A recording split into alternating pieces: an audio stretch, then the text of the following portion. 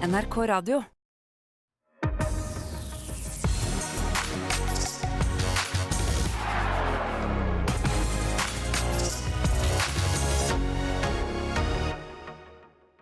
Velkommen til skiskytternes sesongstart her på flotte Geilo. Det kanskje ikke så veldig mye vinter ennå, men det I hvert fall minusgrader, og det kunstnø når utøverne endelig skal konkurrere med ski på beina igjen. Det står veldig mye på spill denne helgen. Det flere verdenscupplasser som skal deles ut. Da det greit å unngå strafferunden I hvert fall, for dette starten på en OL-sesong.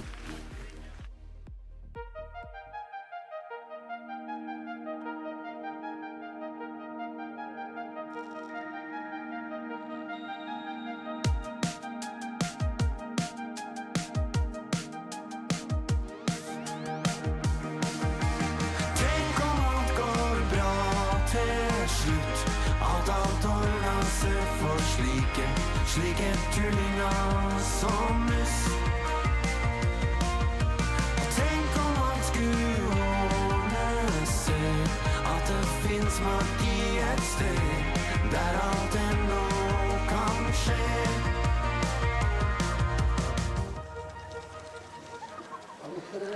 Endelig vintersesongen I gang. Hvordan har du det, Marte? Jeg har det veldig bra. Altså, jeg har gledet meg så lenge til sesongstart, og nå vi endelig her, og jeg gleder meg kjempemasse til dette rennet her. Det ligger jo liksom en nerve og dirrer over hele stadion her. Hvordan har utøverne før en sesongstart? Nei, altså spenninga og nervene, de å ta og føle på. Altså, dette spennende. Det første rennet. Nå har de hatt en lang treningssesong bak seg, og nå starter de I gang, så dette her viktig renn, altså. Ja, så det jo en OL-sesong. Det det alle egentlig tenker litt grann på. Hvilke svar kan man få allerede nå? Nei, det jo den treningen man har gjort, har fungert. Altså, OL I februar, det ikke lenge til, så nå må de bruke hvert renn de kan til å forberede seg så godt de kan til OL. Og I dag får de første svarene på om sommertreningen har fungert. Ja, utøverne, de merker allerede at dette her en litt spesiell sesong.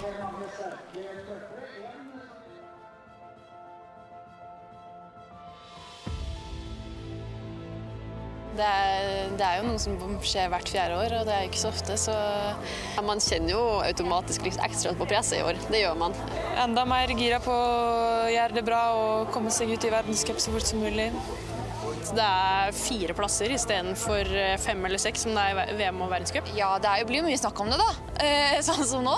Det har jo på en måte alltid vært det største en kan oppnå som idrettsutøver, har jeg tenkt på en måte. Kanskje litt ekstra spenning og nerver når det kommer til sesong og ja, det som skal skje I år. Ja, Ola Lunde, du på plass på krakken din på standplass som vanlig. Kan man merke OL-nervene hos utøverne allerede? I hvert fall sesongåpningsnervene. Det jeg må si, jeg har hatt mye dårlig innskyting her I dag, så det pleier å være på sesongåpning. Det mange som bleke og spente her I dag. Men forholdene, dem I hvert fall fine som du ser på vimpelen her, så det ikke det står på I hvert fall. Ja, hvordan skal utøverne klare å holde roen I dag da? Nei, det jo å prøve å løse oppgaver, de arbeidsoppgavene de har, da. Prøve å gjøre det beste ut av det hele veien. Under så fine forhold, men klart, det ligger jo bak disse som ligger tett på og skal kjempe om verdenscupplass og rating, og lykkes her da, men nei, det alltid en enorm spenning rundt sesongåpning. Ja, nei, for det 3 utøvere som kjemper, 6 utøvere som kjemper om 3 verdenscupplasser, men det 3 utøvere som allerede har fått klarsignal til verdenscupen, Marte. Det det, og de skal vi ta en titt på nå. Da har man da Maren Hjelmeset Kirkeine. Dette en utøver jeg har veldig stor tro på, for selv om hun bare 22 år gammel, har hun allerede flere sterke resultater på merittlista. Gjennombruddssesongen, den kom sist sesong, der hun tok 2 medaljer I VM. Så har vi da etter hvert Karoline Knotten. Den en utøver jeg utrolig spent på, for når hun på tross av gode resultater sist sesong ikke fikk fornyet plass på landslaget, så har hun vært tvungen til å tenke helt nytt og sette sammen sitt eget team til å hjelpe henne på veien mot et OL. Så har du da Ingrid Landmark Tannevold, en rutinert utøver som har et stort toppotensial. Sist sesong så sleit hun mye med sykdom og måtte stå over flere renn I verdenscupen. Holder hun seg frisk og skadefri denne sesongen, tror jeg vi kan ha mye å glede oss til fra henne I år. Ja, Ingrid Landmark Tandrevold kan i hvert fall da senke skuldrene litt grann her, fordi hun allerede har den verdenscupbilletten. Men Marte, du tok likevel en liten prat med henne for å sjekke status før sesongstart i år.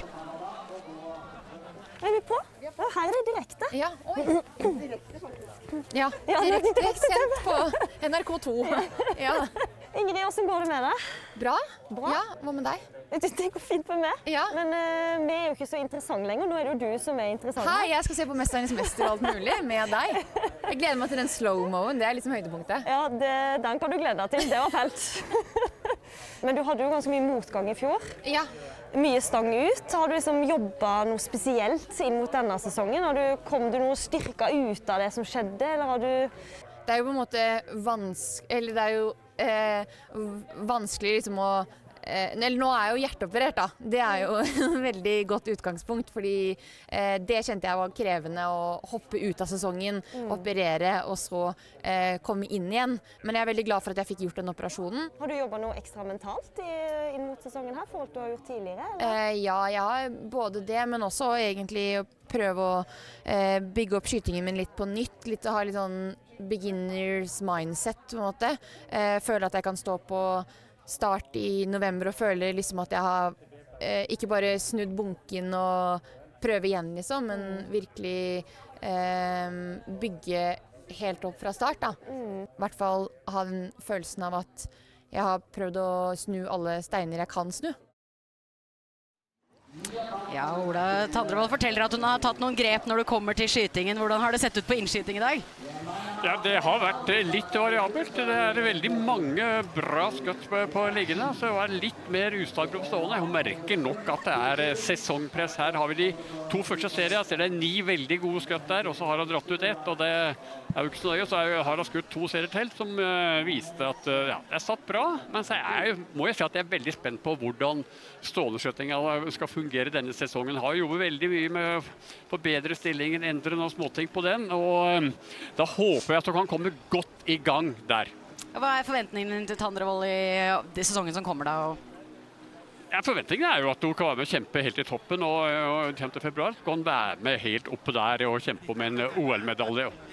I dag så kan hun jo i hvert fall senke skuldrene litt med tanke på at hun er klar for verdenscup.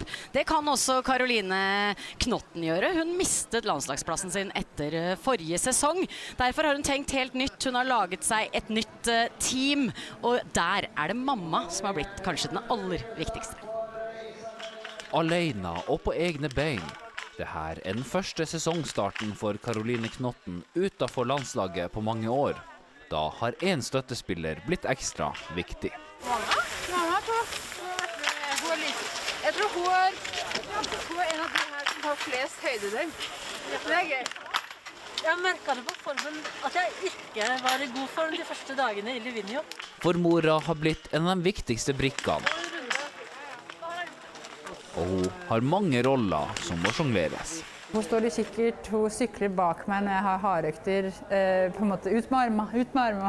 Etter landslagsexiten flyttet mora hjem fra USA og ble pensjonist for å hjelpe dattera.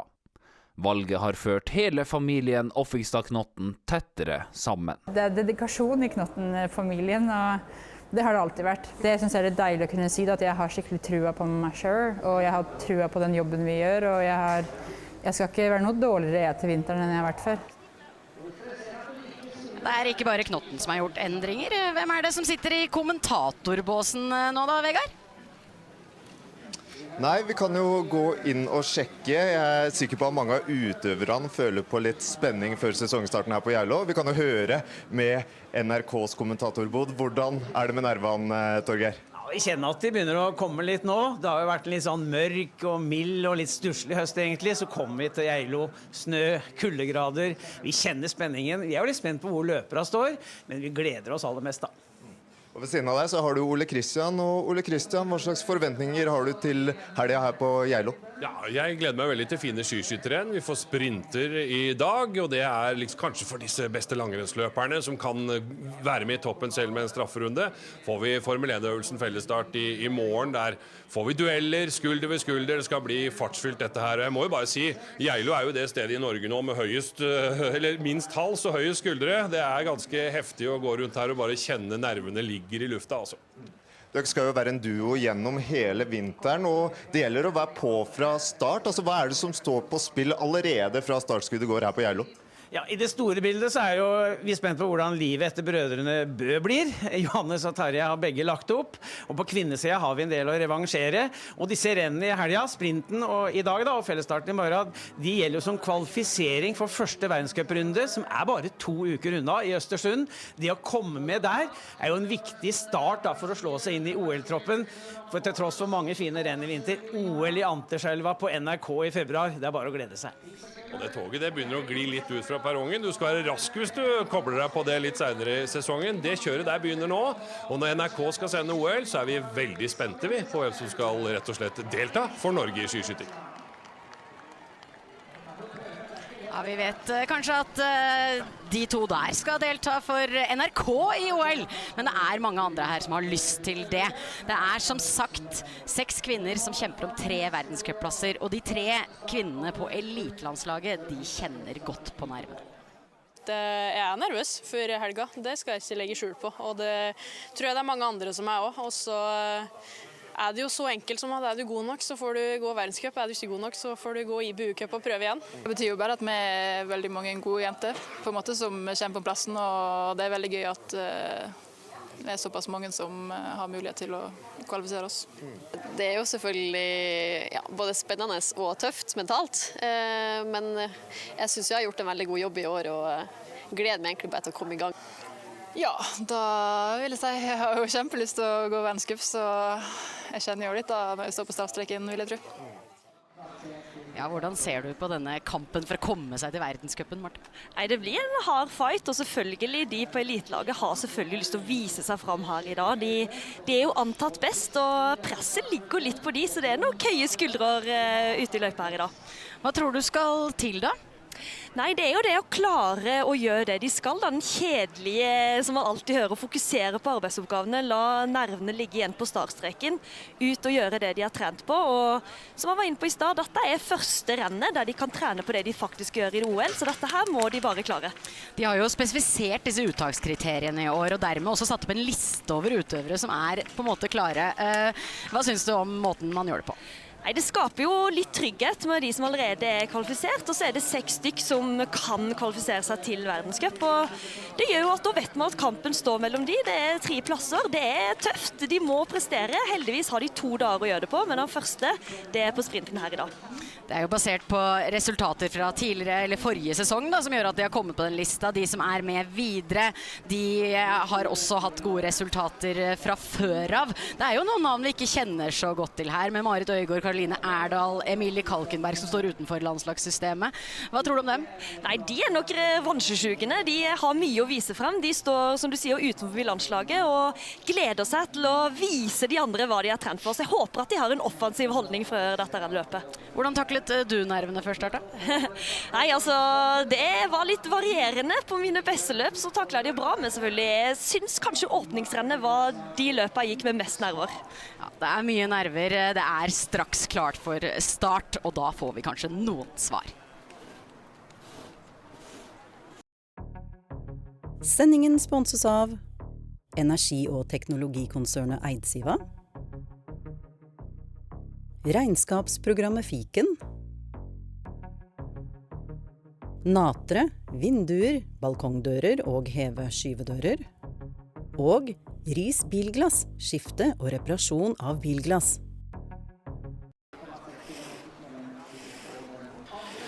Ventetida er over. Verdenscupsesongen holdt jeg på å si, er rett rundt hjørnet, og vi starter altså den nasjonale åpningen da, som ikke denne gangen er på Natterstilen og Sjusjøen, som den har vært i 12 år. Nå er vi tilbake på Geilo. De har fått dette åpningsarrangementet da, i 2 år i hvert fall, i første omgang. Ja, de har møtt opp de tilskuerne også, som har tatt turen opp i Hallingdalen for å bivåne den nasjonale skiskytteråpningen med internasjonal tilsnitt. Det må vi si, det er en spennende startliste på disse sprintene i dag for kvinner og menn. Det er altså 103 løpere som skal i vei da i kvinneklassen her, så rekrutteringen er god. Aller først ut er Isabel Katrine Katarina Valen, da, innstranda IL, eller går lenge til for Bosmo Ytter når det er skiskyting. Kom fra Bodø, student på Universitetet i Nordland, bachelor i idrett. Vi har jo sett henne i langrennssammenheng. Nå skal hun også prøve seg i skiskyting, har en lett grad av cerebral parese. Har også en trener med skiskyttererfaring, naturlig nok da. Det er Hanne Krogstad Johansen, søster til Marte, som har viktig renn også i dag, Marte Krogstad Johansen.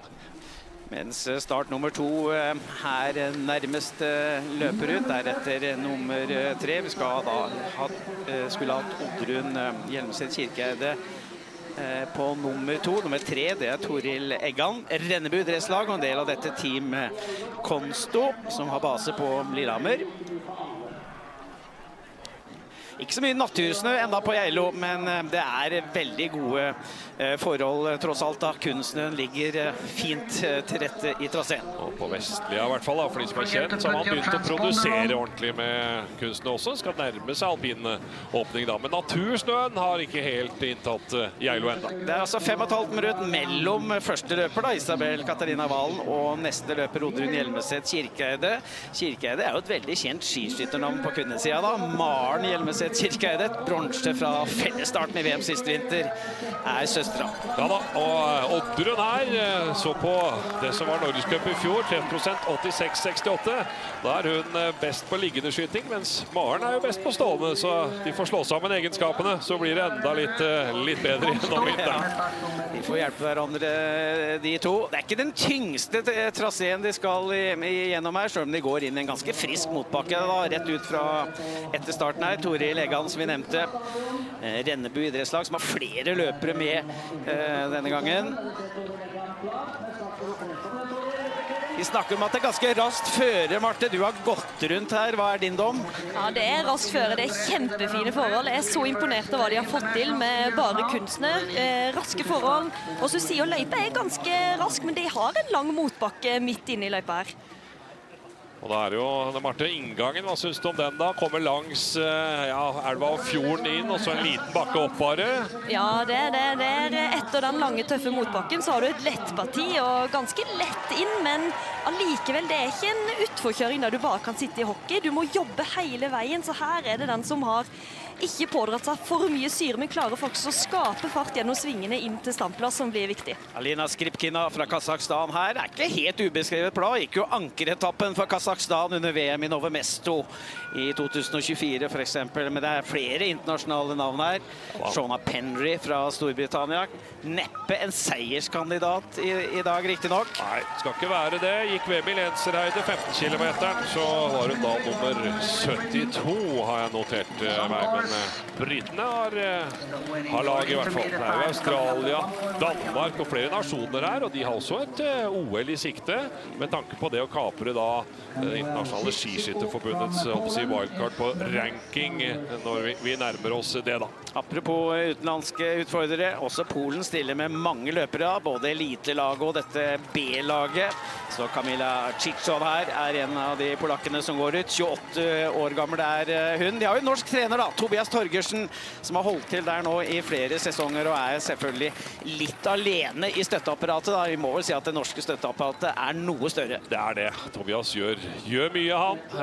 Og Sidorovic for eksempel er flere spennende løper han har. Kommer litt mot slutten av startlista. Kan være med høyt opp i dag. Agatha Bratthagen, ivrig idrettslag som har gull i stafett da, fra ungdomsmesterskapet i 24. Godt på NTG Geilo. Det var vel ferdig her for halvannet år siden. Han var vel just 30 år etter fatteren Asbjørn. Han gikk jo også her. Så han var i de tidlige årene. Norsk Tigena startet jo før det ble NTG i 1990. Da var jo Liv Grete Skjelbreid og Oleina Bjørndal blant de første elevene. Vi var inne på det. Stor deltakelse. 103 løpere altså skal gjøre sitt beste i dag da. Både i 3 runder i løypa, 3 ganger 2,5 kilometer og 2 skytinger da. 1 i liggende og 1 i stående. Det er jo litt siding her, så det kommer jo sterkere navn etter hvert. Merk nummer 24, Eline Grue. Norgescupen i fjor, ja. Hun er kapabel til å slå seg høyt opp. USA, Slovakia, Polen, Storbritannia, noen av de utenlandske da. Australia også representert. Trener med Team Intersport da. Og bor i Norge. Så det mange på de ulike teamene da, under landslaget som kommer etter hvert, og vi har både U23 og rekruttlag og elitelaget etter hvert. Det er veldig mange lag, enkelt og greit, men det er bra, da er det mange som får muligheten til å satse. De aller best side da kommer til slutt, så det kommer til å leve helt til siste løper er i mål. Spenningen om seieren her skulle vi tro. Vi har landslagsløper Juni Arnekleiv på 91, 97 Ingrid Landmark Tandrevold, Karoline Knotten ute av landslaget på 99.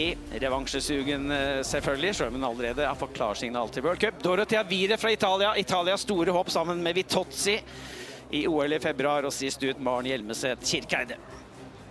Ja, det er OL-fokus på begge de to, både Virer og Kirkeide. For håpe Dorothea er mer på høyre enn forrige sesong da. Ja, rapporten er jo en veldig positiv tanke på Dorothea Virer. Da. Jeg har jo pratet med trenerteam og pratet med også litt med Dorothea. Hun var ikke like syk som hun pleier å være når jeg snakker med.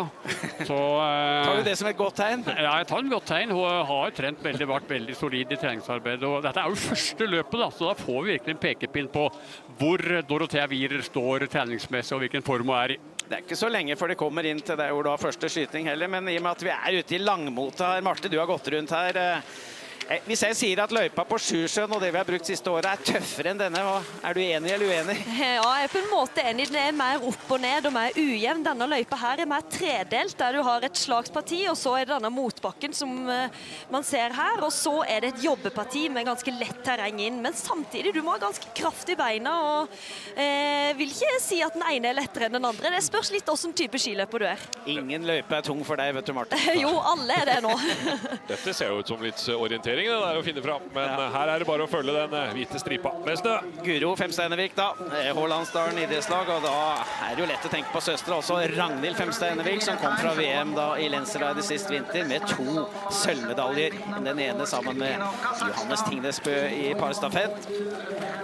Det er vel blitt da førsteårs senior nå da, Guro 2004 født 05-modellene, som også er med her. De, og yngre enn det, holdt jeg på å si, de er da juniorer fortsatt. Agathe Brathagen er med på dette U23-laget, født i 05, eller U23. Rekruttlaget er jo sammen egentlig, og er nest best opp her, bare 5,7 bak ankerkvinnen til Kazakhstan fra VM i 24, Skripkina.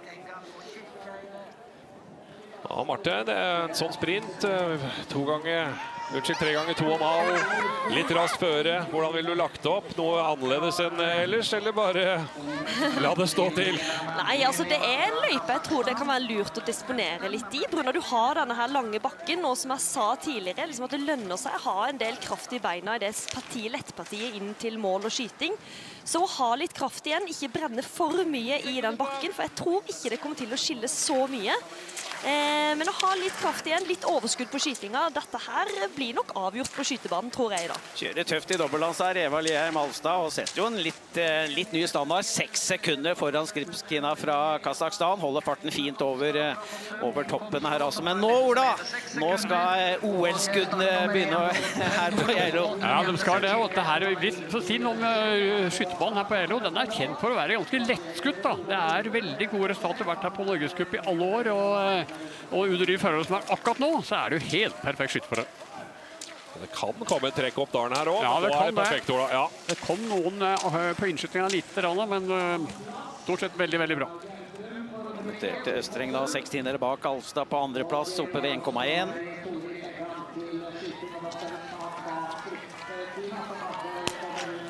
Så begynner bra her, ser vi. Og får bom høyre. Treff høyre. Treff høyre. Og midt i. Ja, en bom. Det er ikke noe dårlig start av Oddrun Hjelmeset Kirkeide, men Toril Egana kommer der og er jo 5-6 sekunder raskere enn Kirkeide inn. Får en bom under hårfinn der da. Treff venstre. Høyt treff. Og midt i. Hadde 73 treffprosent forrige sesong. Da er 4 av 5 greit det. Dette er den beste inngangen. Skripkina, ja. Ganske solid best også, men også hun får en bom her da. Ja, gjør det. Ser ut som alle får en bom på denne liggende skytingen. Ja, i hvert fall de 3 første her. Ja, og under veldig god forhold også. Pendry har faktisk gått inn enda litt raskere her nå.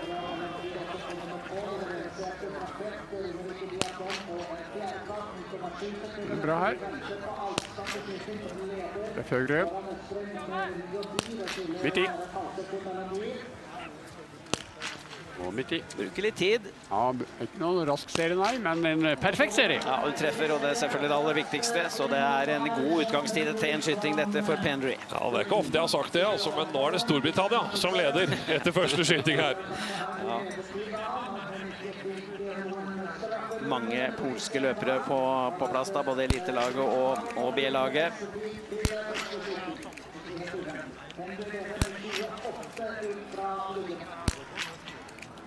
Og Chicho her var jo litt foran Skripkina inn, og litt bak Pendry som leder. Den beste inngang, det er av de som har gått første runden i hvert fall. Det er Agathe Bratthagen, altså. Og begynner bra. Dette bra, midt i. Midt i. Og så kom det bom høyre. Og treff høyre. Ja, en bra langrennsfart da, gjør at du kan kompensere mye, selv om det blir vanskelig å true noe ledertid ut etter første skyting. Nummer 9 kommer også inn, det er Eva Lie Malstad da, som har gått bra opp til toppen, har nest beste tid etter 1,1 kilometer etter denne langmota. Vi får kalle det langmota. Ja, vi må det. Det gjelder å gå fort, men holde igjen litt for å ha krefter til letterrenget. I hvert fall best inngang, desidert, av de som har gått første runden her. Ja, så på skruttet, så nå kommer det litt vind fra høyre her, midt i på andre. Fossum idrettsforening. Og bom venstre. Treff venstre.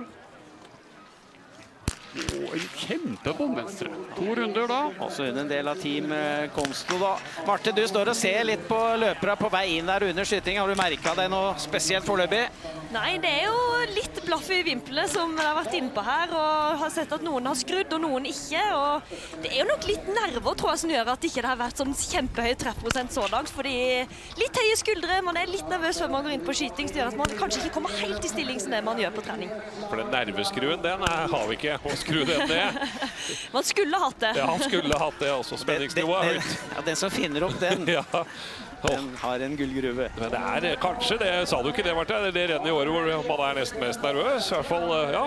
Ja, i hvert fall synes jeg det, fordi at man har ikke fått testet seg mot de andre, man har bare en følelse på hvordan det har gått på treningssesongen, og nå får man liksom de første svarene, så jeg var ofte mest nervøs før åpningsrennet. Ja.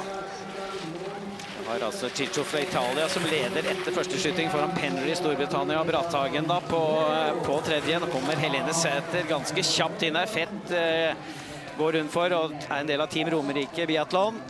Ja, har i hvert fall bedre inngang enn lederen ut, men allikevel bak Alfstad med 17 sekunder på åpningsrunden. Skytter hun fullt her, så har hun startet denne sesongen på best mulig vis. Ja, og vil med seg liten trekk fortsatt fra høyre her da. Litt mer vind, han drar på enda litt mer her nå. Ja, nå er det 3-4 knepp i hvert fall her. Nå blir det fort litt vanskeligere å skjøtte her. Starter med en treff opp venstre. Høy treff. Midt i. Og så kom det en bom opp venstre. Og treff venstre. Ja, da ryker ledelsen. Guro Femsteinevik da, Hålandsdalen idrettslag som kommer inn av tredje beste inngangstid. Ja, det er foran leder ut. Jo, vel. Ja, kan ta ledelsen her. Ja, blir ganske klar om med fullt hus. Ja da, flott serie. Da er familien Femsteinevik i gang. Det er de. 2 på start her. Martin skal vel gå etterpå. Det er jo 5 søsken totalt som har vært innom denne idretten. Kinba Bajeva, en annen fra Kazakhstan. Skripkin er foreløpig nummer 7 da, landsmanninnen her. Ja, så kom det en bom ned høyre da. Det var vind hele tiden, så nå var det litt roligere. Kom det en bom ned høyre. Ja. Nå er det like før det braker løs med sesongstarten for din del. Hvordan kjenner du på nervene før sesongstarten? Nei, Nei, jeg har ikke så mye nerver. Jeg skal bare fokusere på å skyte bra. Og prøve å gå litt fort, da. Hva slags forventninger har du her til rennet i dag? Jeg er jo førsteårs junior, så jeg har ikke så mye forventninger. Men hadde jeg skutt bra, så hadde det i hvert fall vært en bra start på sesongen. Ja, det er mange som er spent her. Geneva, også fra Kazakhstan, klarer i hvert fall feilfritt på denne første skytingen. Spennende med nummer 16 da, som kommer fort inn her. Nora Njølstad Randby, søster da til Gro Randby, som dessverre har fått kyssesyke og ikke kom til start her. Nei, da blir det en sesong hvor det kan bli litt haltende, for man blir først og fremst frisk, og så er det vel litt skytefokus, da kan du løfte den biten litt. Ja, absolutt. Vi så lagt ned et skikkelig arbeid skyting. Sturla Bjergred gjorde jo det. Den var skadet en sesong, den lå ute og ble veldig god. Kom det en hårfibom ned venstre på Nora. Treff ned venstre. Ledertida er allerede ute. Og ny bom, dessverre. 2 bom. Ja, 2 turer i strafferunden. Det blir en litt tung start dette her. Birg-Marit Eide har også litt tidstrøbbel da.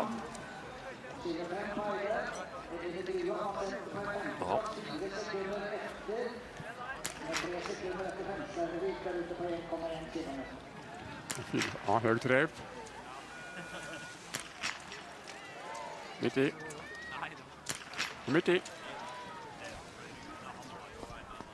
Ja, flott serie. Veldig god serie. Det var vel nummer 2 sammenlagt i Norgescupen 19-årsklassen i fjor da, Eide her. Ja, med feilfri skyting så legger hun seg bra til, selvfølgelig.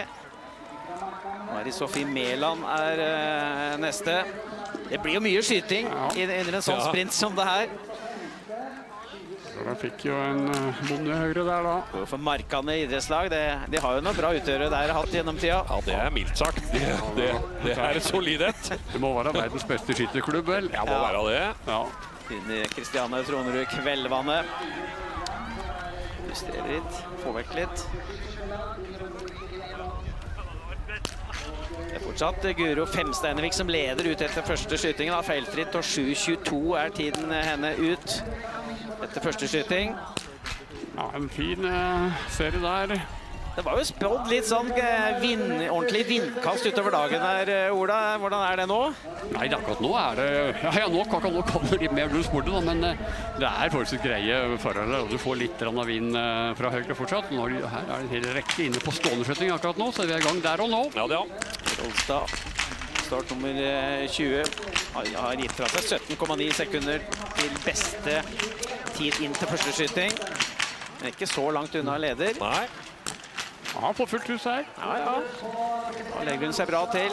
Men Guro Femsteinevik leder altså foran Geneva fra Kazakhstan og Kveldvannet på tredje, som er 13,5 sekunder bak. Og fjerdeplass til liggende. Det er denne polske skiskytteren som nå er på stående og kan komme feilfritt gjennom dagen, Ola. Det ser veldig bra ut. Ja da gjør det. Vestlig det. Setter en bra standard her faktisk. 2 feilfrie skytinger, og det er brukbar fart i løypa også.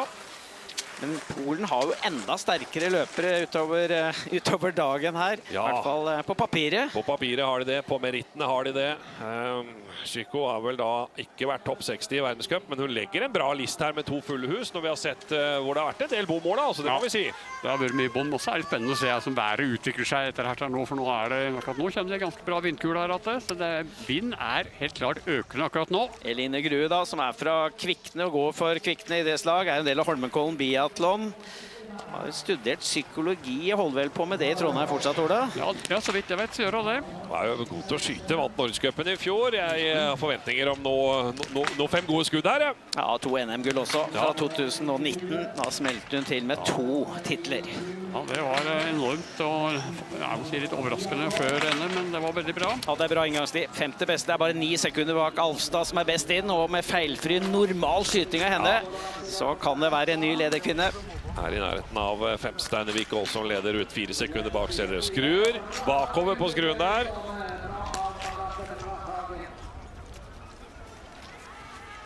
Det var mindre vind på innskyting.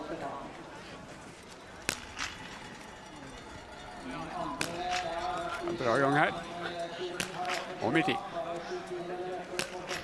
Treff venstre. Og midt i. Ja, bra serie. Det sikkert som banken, selv om klokka går litt for fort da, til å gjøre noe med Guro Femsteinevik. På 37 sekunder på liggende her. Det tar litt tid å skru. Vi tar Kristine Sandstedt Ingebrigtsen her da. Skånseng ungdomslag, Team Intersport. Elin Grun nest best ut etter første skyting da. Bare slått av Guro Femsteinevik.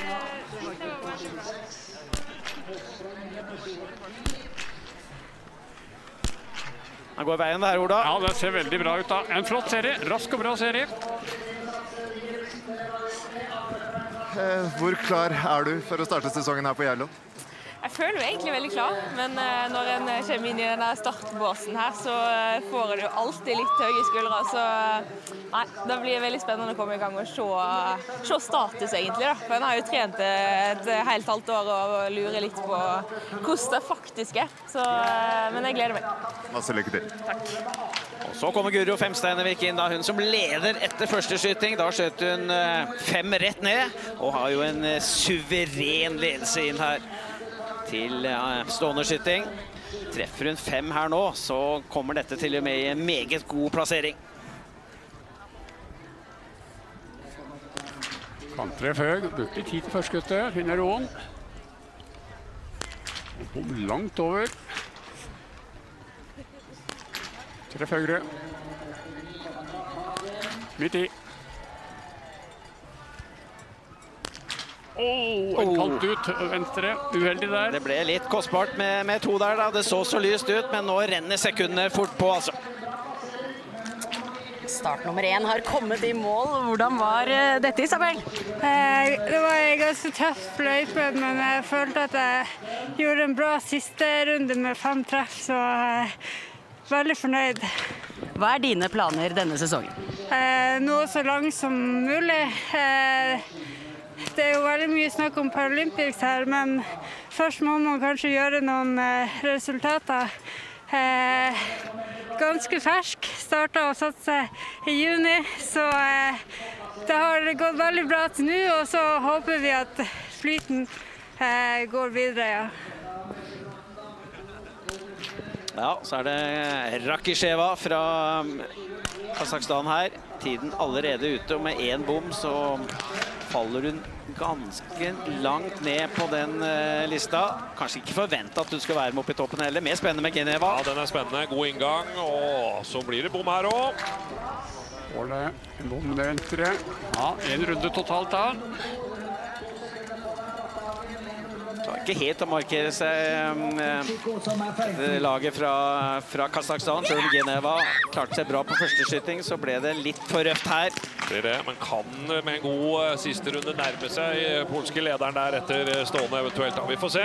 Sara Agnete Granvang Tronrud, i hvert fall den neste inn, går for Nordre Land idrettslag, og er jo en del av dette U23-laget. Ja, gikk 19-årsklassen i fjor. 4 sammenlagt i Norgescupen, eller forrige sesong. Sara Agnete Granvang Tronrud. Ja, og vindmessig er det mest som har vært i dag. En ørliten trekk fra høyre. Ganske greie skjøtteforhold nå.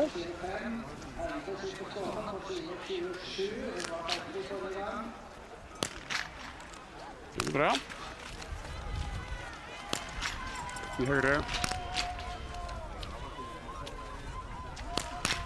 Litt i.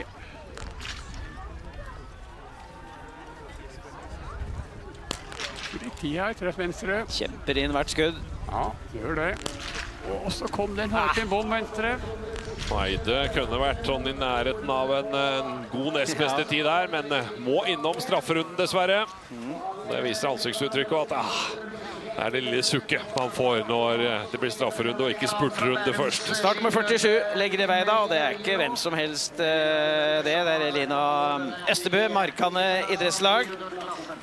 Vi var inne på det i fjor, Martha, at vi har et stort sånn rekrutt U23-lag hvor man samler både de veldig unge og de litt mer voksne. Du var litt usikker på om det var en god strategi. Nå har du fått 1 år å tenke på. Hva mener du nå? Nei, jeg er fortsatt litt enig med meg selv at det er tøft å være 12 jenter på laget, så jeg er litt sånn spent på hva de kan få til denne sesongen her, altså. Men Kveldvane er med i kampen Var med i kampen i hvert fall. Ja, men to høybom der, dessverre. Og det er ikke vind som er problemet nå. Nei, det er ikke noen vindproblemer sånn sett, det er helt klart. Og så er det Chicho fra Polen. Ja, hun er best etter 2 skytinger foran kazakhstanske Geneva og Guro Femsteinvik med 25 og 37 sekunder. Hun legger, som vi nevnte når hun skjøt 2 fulle hus, er en bra list i dette løpet. Har altså Tobias Torgersen da, som trener dette polske laget. Polakkene trener mye i Norge. Vi får i hvert fall første løper ordentlig mål der på 21.42,5. Og vi vil vel få en vinnertid på godt under 21 minutter, får vi tro. Ja, vi får satse på det.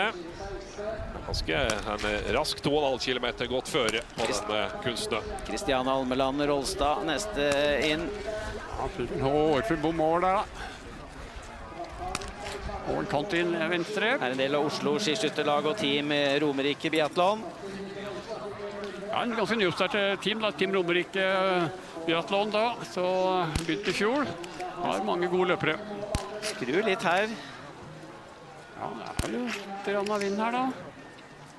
Nå skal det være mindre vind på innskyting. Da er det viktig en god nullstilling for å rette valg her, men det var veldig bra det. Både for Fossum idrettsforening og en del av team Fossum.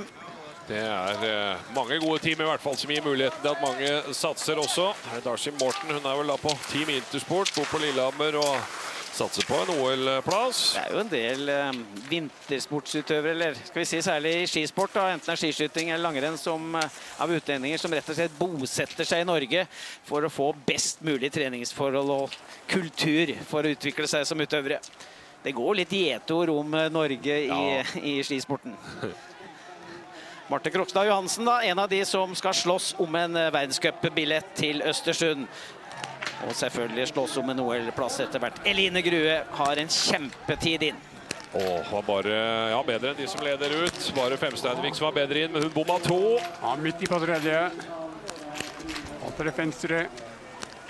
Ja, flott serie! Ja da, psykologistudenten fra Kvikne gjør en meget god figur her. Da får vi en klar ledertid etter 2 skytinger. Dette kan holde langt opp på lista. Hun får A på denne mentale eksamen som en stående skyting er når det står om noe. Eline Grue, det der var strålende. Ja, hun har praksis på Geilo i dag.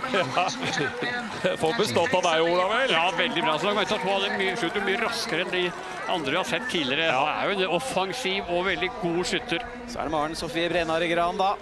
Dattera til Carl Henning Gran, som var landslagssjef i Norge, ikke minst i 2003, under Val di Fiemme-mesterskapet. Ja, veldig søppelse sesong i fjor, men bra i gang her nå, 2 treffene i høyre. Har jo bra fart i løypa, følt seg i god form. Uke 10 her, og midt i. Ja da, det er bra. Hun skal jo også gå sesongstart i langrenn på Beitostølen neste helg. Ja. Her, så det er i hvert fall i god langrennsform, og med fullt på liggende så er hun selvfølgelig helt oppe i tettsjiktet.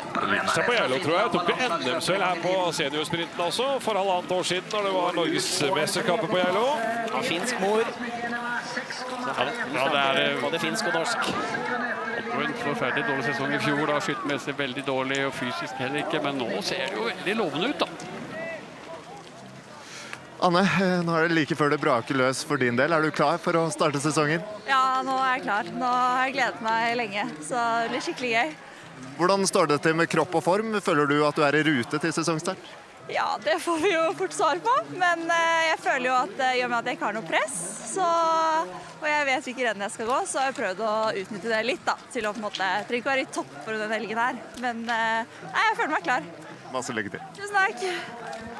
Ja, meget spennende løper i dag, selvfølgelig, som har litt ambisjoner om å gå VM i Holmenkollen i 29 da, med et eget dansk lag. De prøver på det da. Anne Wynemann de Beers som har byttet til Danmark før denne sesongen. Det er 3/4 dans da. Mor og far møttes på medisinstudiet i Aarhus, og da mor var vel allerede med bosatt i Norge. Ja, det er jo litt dansk blant publikum her, og vi har jo Nordigarden på plass på Geilo. Så det er noen fans har møtt opp for å heie på danske det. Det har de også. Skiskyting er populært i Danmark. Det er ingen tvil om. Ja, så har de har bygget på ganske bra lag, og de har ambisjoner om å ha en kvinne og en herreløper til OL. Men det er klart det må kvalifisere seg her da, og det er vel Anne Bund Bæsj dersom det er størst potensial til å komme dit. Det har vært moro om Danmark fikk et stafettlag til VM i Holmenkollen i 29 da. Ja, det tror jeg man klarer. I hvert fall på herresida. Der har du 8-10 løpere som går litt i Norge, og også går en del i BU-cup. Australia, Darcy og Morton har halvminuttet på seg. Men med en bom her så må hun både skru og... Sånn som hun skudde venstre og høyre. Jeg vet ikke, frem og tilbake er like langt. Og fikk i hvert fall en bom under det første, så det var jo det som var. Bra inn her nå. Treff høyre. Og lågtreff. Ja, en runde. Det er fortsatt Guro Femsteinvik som leder etter første skyting, men det er altså Eline Grue som leder klart etter 2 skytinger da. 16 sekunder foran Chicho fra Polen og 42 foran Geneva fra Kazakhstan. Hanna Børve skal vi følge. Fin inngang, men ikke godkjent skyting av dette her, altså. Nei, vet du det også. Er det nervene som spiller henne et puss i sesongstarten her? Er jo en del av Team Havland.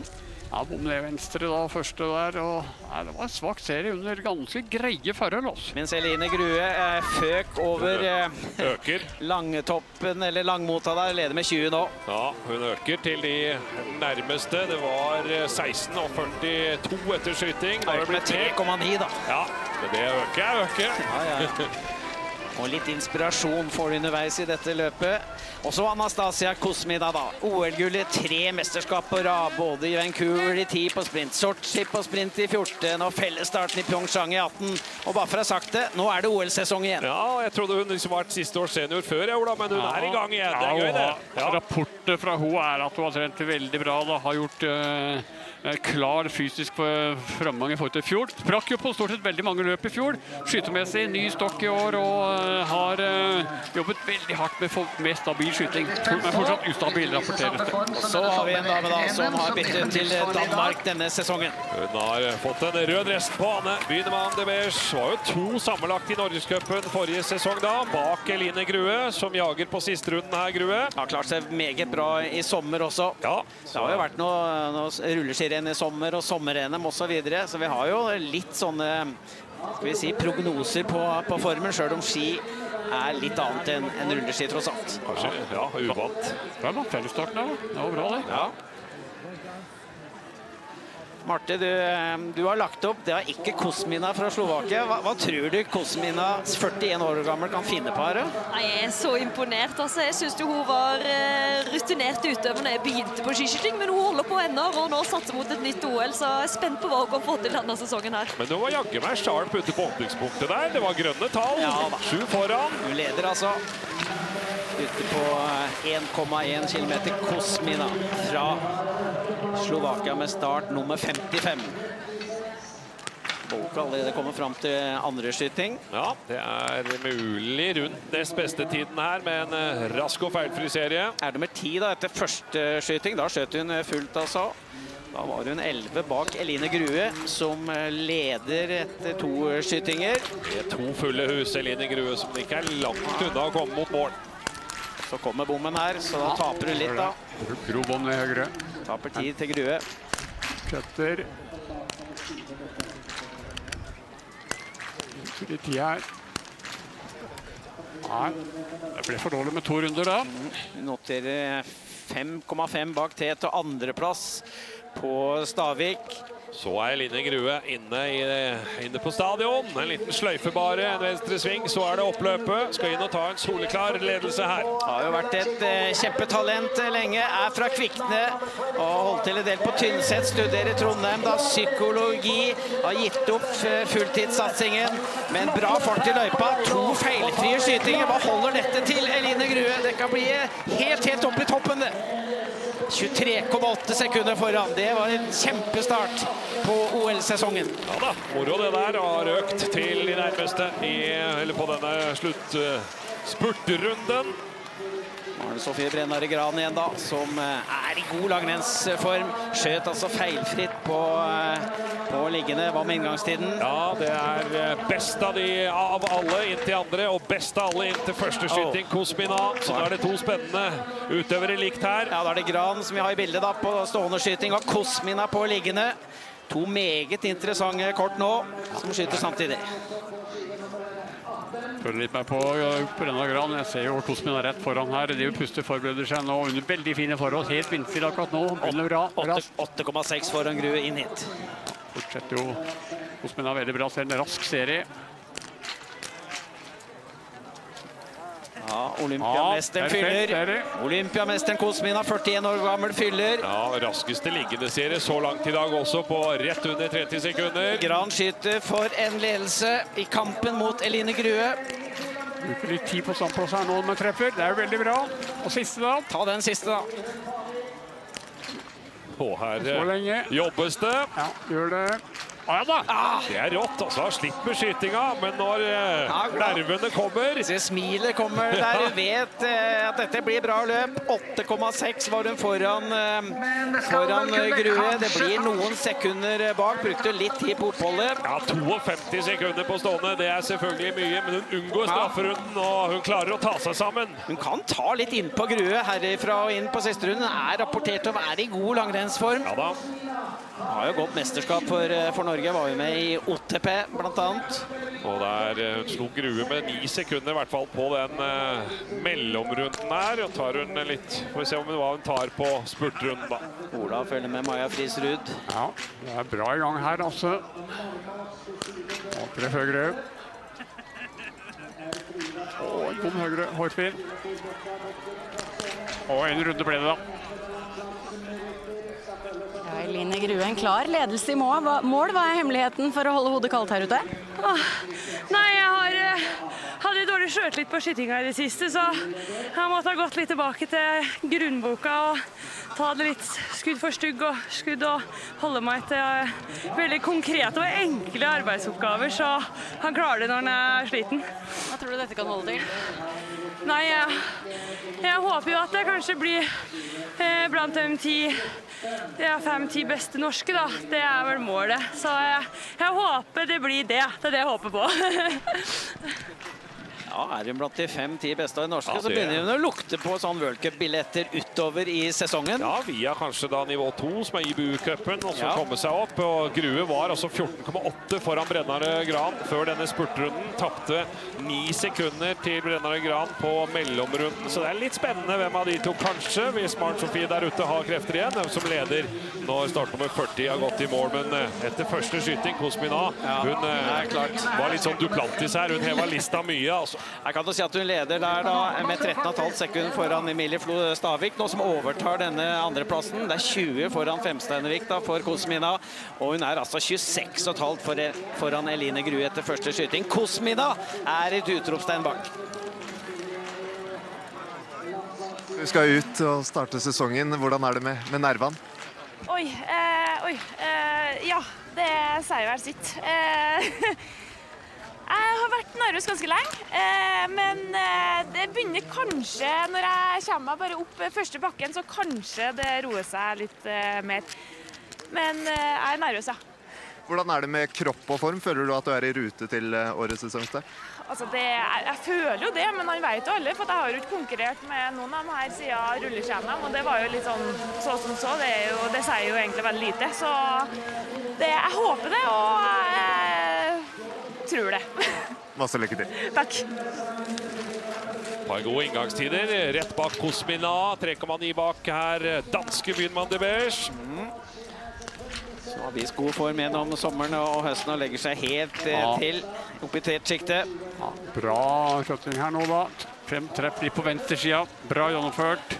Mens Marie Sofie Brennar Gran i kampen mot Eline Grue. Hun er 4,9 sekunder bak nå. Ja, det har tatt inn mye. 10 fra utgangsskyting. Så hun går en kjempe siste runde også. Jeg ante det litt på rundetidene mellom de to. Og fortsetter den tendensen, så vil jo Brennar Gran passere Grue hvis langrennsfarten står seg på det viset. Overen da, en god liggende skyting, mens Hojnic Starga er på stående. Ja, comeback da. Ja, veldig merittert løper. Ja, han har et barn på 2 år da. Har vært på B-laget, kom seg da opp på A-laget og har levert veldig bra på de testene i høst på polske laget. De kan blande seg inn innimellom i World Cup. Vi har jo Tsuk der også, som er oppe innimellom. Ja, Sidorovic har vi også, som er veldig bra. Kanskje hun som er aller best, Sidorovic. Ja, Sidorovic, ja. Vi får se. Etter 2 skytinger, Eline Grue leder foran Brennar Gran da, med 14,8 sekunder, men Brennar Gran har tatt mye innpå, og i ferd med å kunne passere Eline Grue. Det spennende siste runde, akkurat det der. Skal også si at Kosmina fortsetter å gå fort ute i løypa, har 27 sekunder ned til Femsteinevik, midtveis på runde 2. Dette Marte Krogstad Johansen også som varmer opp, og der begynner å bli spennende nå da, Åsne Skrede på hjemmebane. Har en kjempe åpningsrunde, men Marte Krogstad Johansen, Femsteinevik, Ragnhild og Karoline Erdal, Jørn Jarnekleiv, Emilie Hågheim, Kalkenberg og Marit Øygard, de skal altså ut og kjempe om World Cup-billetter, så det begynner å bli et drama her nå. Åsne Skrede nærmest Kosmina inn til første skyting. Ja, utover landslaget da har Forsvaret best veldig bra på Team Eilo.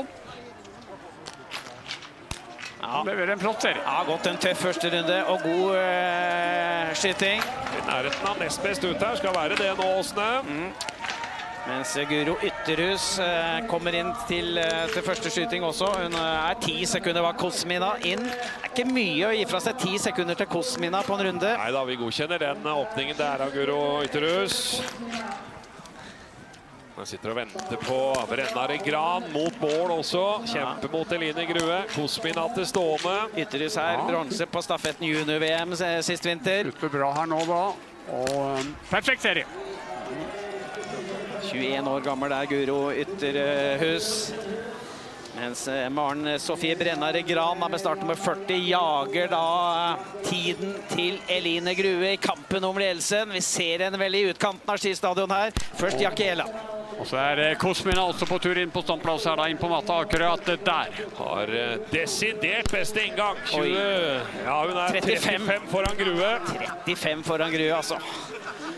Gran på vei til mål, og Kosmina kan skyte for en seier faktisk her. Så bra dette av olympiamesteren fra 2010, 2014, 2018. Hun med 3 høyre midt i på andre. Midt i. Topper opp litt. Urolig nå. Det en suveren ledelse med fullt. Hardt her, treffer, ja. Imponerende. Ja, det fullt ut! Gamle kunstner, de sitter de. Dette blir noe for Linger i Landmark, Tandrevold, Maren Hjelmeset, Kirkeide og de andre. Og Maren Sofie Brennar Gran, hun klarte det. Hun slår Eline Grue med 2/10.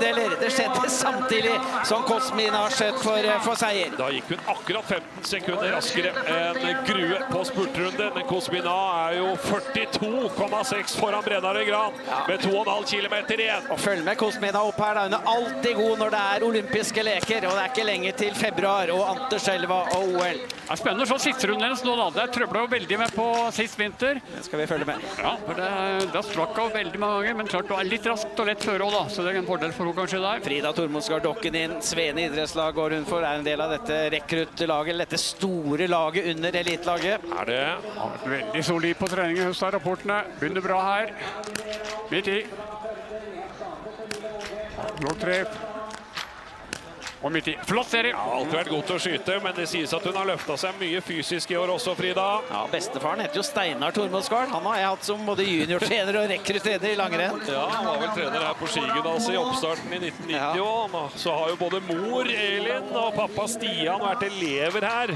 Og hun har gått der selv, og søster Maria har gått der. Så akkurat Skigymnaset eller NTG Eilo, det står sterkt hos familien Tormundsgaard Dokken. Og Ragnhild Femsteinevik gir en klem da til Eline Grue, som nummer 2 i mål i øyeblikket.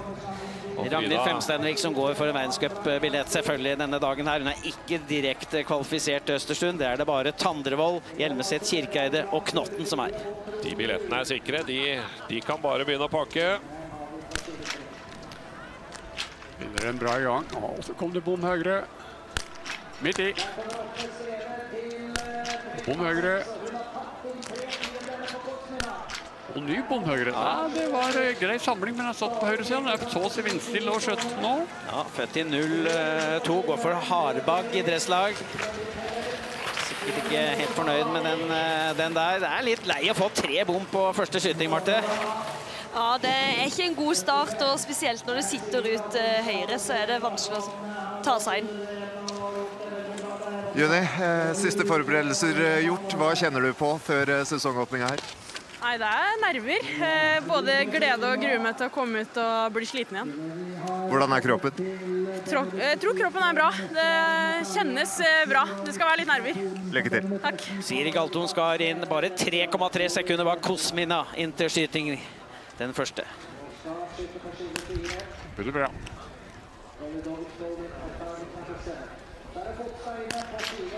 Litt i, andre. Litt i. Litt i her, litt i. Kant inn høyre. Ja, det er bra. Meget bra. Hun gikk en bra sprint på Sjusjøen under åpningen forrige år også. Da ble hun nummer 6, 2 fulle hus den gangen. Og Siri Galtung Skar er i gang igjen mot et godt løp. Ja da, spennende nå på stående også. Nå er det vel Danmark. Ja, så følger vi Kosmina. Du var usikker på siste runden. Ja, Sola. Jeg synes ikke det er noe voldsomt trøkk. Hun vagger fryktelig fra side til side. Hun er i ferd med å gå på en liten smell her. Eller lurer hun oss, Marte?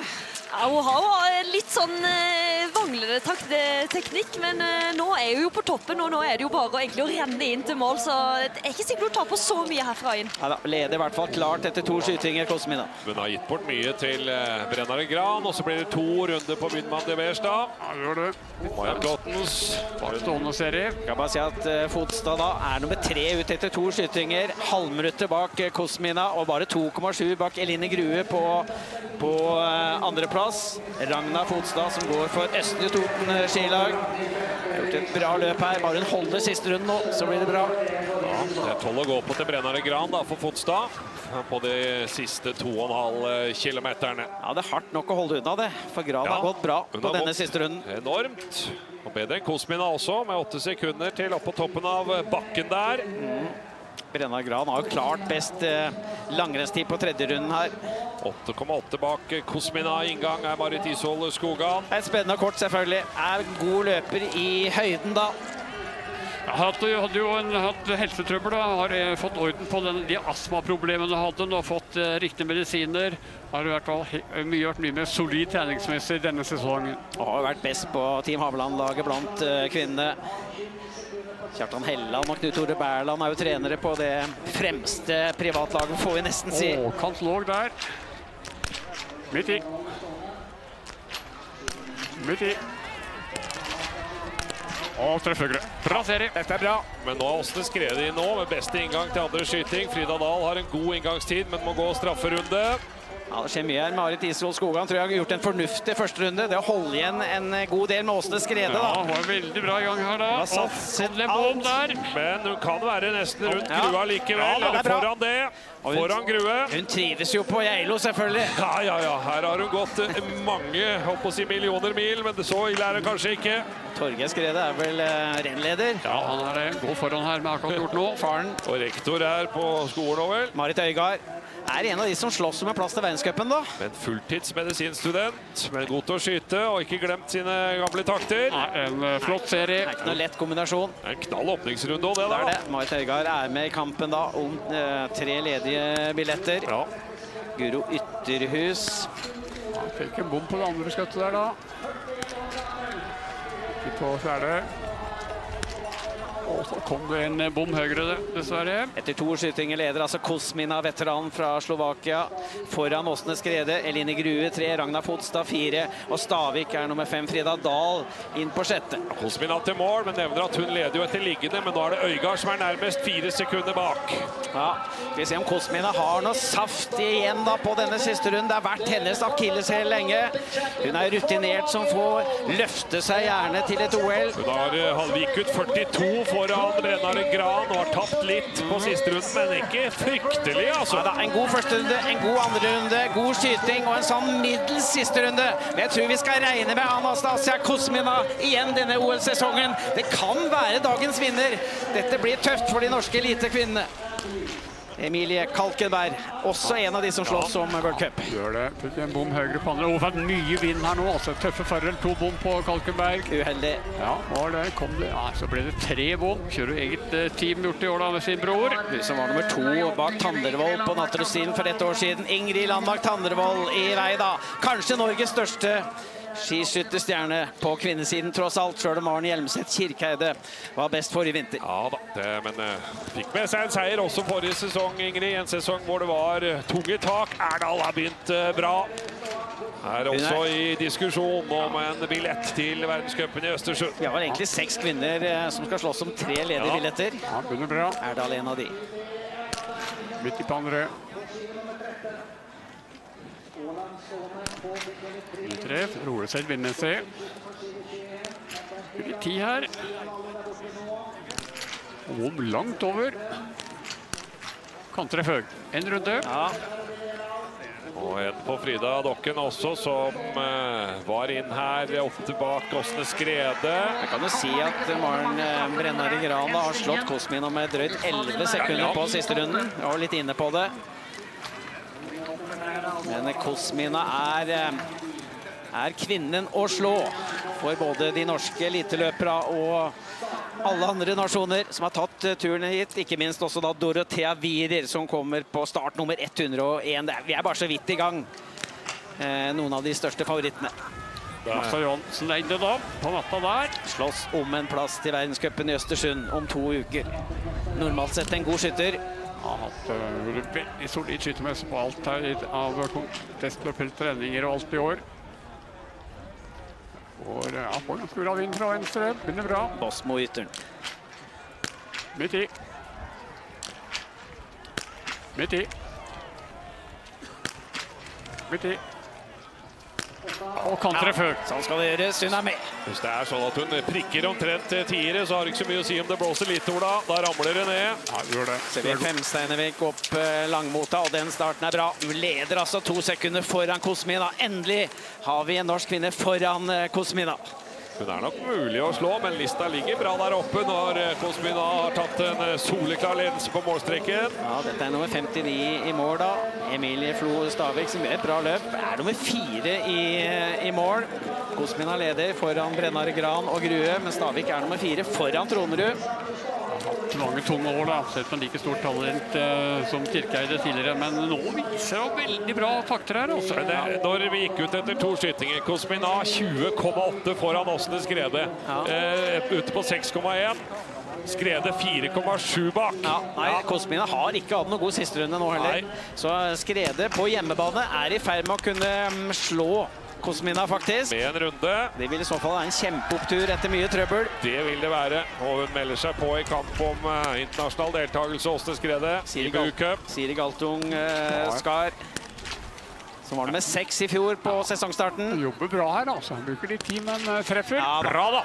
Det vil kanskje være så vidt foran Åsne. Tandrevold på toppen av Langmota. Bra start, bare 3,3 sekunder bak Kosmina. Det tror jeg er nesten ideelt. Ragnar Fotstad, kjemperløp også. Det skjer jo ting overalt samtidig. Ja, det gjør det. Det er sprint, det skal svinge litt, det. Og inngangen er sekunder foran Kosmina. Og kanttreffen i høyre på Juni. Midt i. Litt trøbbelete fjorårssesong. Midt i. Er med i kampen om verdenscupbillett. Venstre. Og treff venstre. Ja da, hun er med. Rask serie. Hun er med. Om halvannet minutt, snaut det, så Åsne Skrede i mål. Hun ligger på passering her ute nå, så vidt foran Kosmina. Ja. Så det går mot ny leder. Juni Arnekleiv har gått en god første runde, 1 sekund foran. Hva synes du om Juni så langt, Marte? Jeg synes det var veldig gledelig å se på liggende. En offensiv liggende skyting. Virker som hun hadde bestemt seg for å skyte 5 treff på liggende i dag. Og Karoline Knotten kommer rett fra høyden. Har ikke kjørt noe hardøkte vel. 6,8 sekunder bak. Jeg vil si det er en fornuftig start, ja, Marte? Ja, det gjør det. En fornuftig start. Nå er hun gjennom det tyngste partiet, og dette er jo den første hardøkten etter høyde. Så jeg er litt sånn spent på hvordan formen er på dette løpet her. Hva med Marit Isol Skogal, som var så sterk i sesongen 23-24 i starten av sesongen.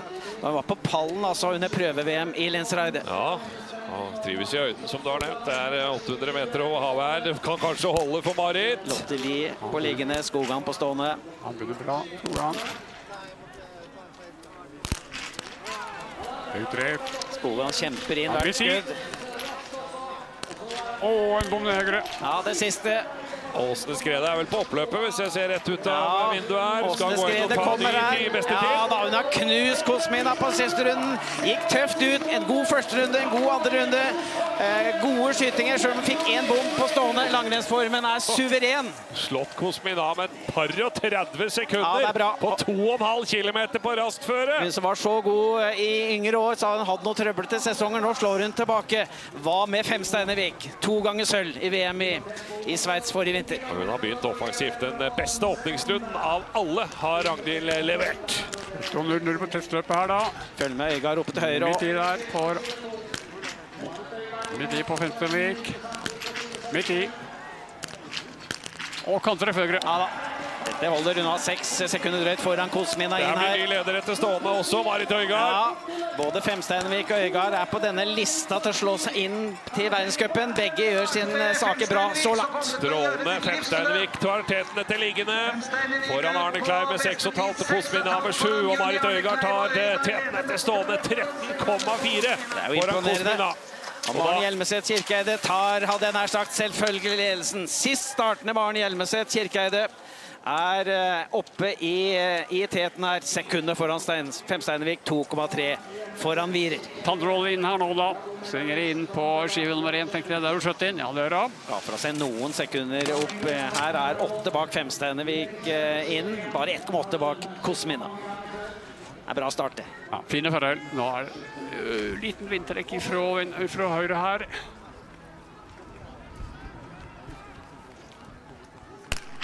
Treff opp venstre. Treff opp venstre. Treff opp venstre. Treff venstre. Stopper opp. Ja, fullt ut. Sikkert og bra av Ingrid Landmark til Andervold. En litt kontrollert åpningsrunde som hun ofte gjør når hun gjør sine beste løp. Og feilfri skyting. Nå hun i gang. Ja, og da jo plass til verdenscup, så hun kan tillate seg kanskje å bruke huet i større grad fra start her også. Dette bra. Grei åpning av Ingrid. Ja, 14 sekunder bak, men ikke la dere lure av det. Hun har masse krefter igjen på de 2 neste rundene. Åsne Skrede, ny leder i mål. Fortell om følelsen her ute i løypa. Det var dritkult å gå på hjemmebane. Det jo første åpningsrenn her, så det synes jeg var dritkult. I hvert fall det å få til et bra løp her, det var veldig gøy. Hva dine mål for denne sesongen?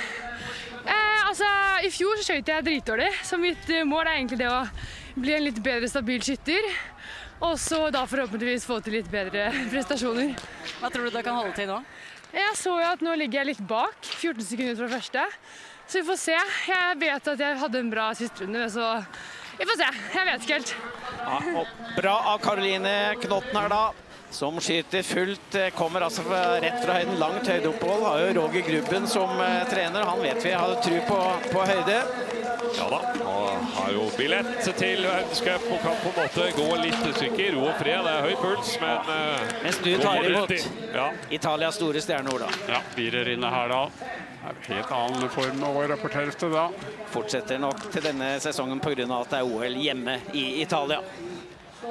Valgte en rask skytter, begynner bra. Låg treff, midt i. Låg treff, midt i. Og kanter høyre. Det gamle, gode Dorothea Wierer vi ser på Geilo her. Kanskje har hun skrudd inn en OL-form til februar denne gangen her. En store stjerna i skiskyting sammen da med Vitozzi i Italia. Nå hun tilbake på gamle høyder. Og ingen skyter raskere i liggende heller. 22,7. Dagens desidert kjappeste første serie det. Og Marte Krokstad Johnsen, 1 bom, brukbar fart i løypa, men verdenscupbilletten henger vel... Har ikke banka inn den døra. Nei, overhodet ikke, tror jeg. Mine Kirkeide kommer inn. Hun leder 4,6 foran Dorothea Wierer. Mens Øygard gjør et kjempeløp og leder jo klart oppe ved 6,1. Ja, 19 foran Skrede der. Hun gikk jo 34 foran Åsne Skrede, så jeg trodde ikke det var mulig å tape. Nå Kirkeide. Jobber hardt med likskyting av bommer ned venstre første. Midt i på andre. Midt i. Treff venstre. Og treffe venstre. Ja, det bra. Det vel liggende som hennes lille utfordring tross alt, så 1 bom ikke dårlig. Bra. Fart i løypa jo bra. Ja, du har treffprosent 78 I fjor, da på liggende 90 på stående. Ja, det sier jo sitt. Siri Galtung Skar gjør et fint løp her, 2 fulle hus. Nummer 4 da I mål foreløpig.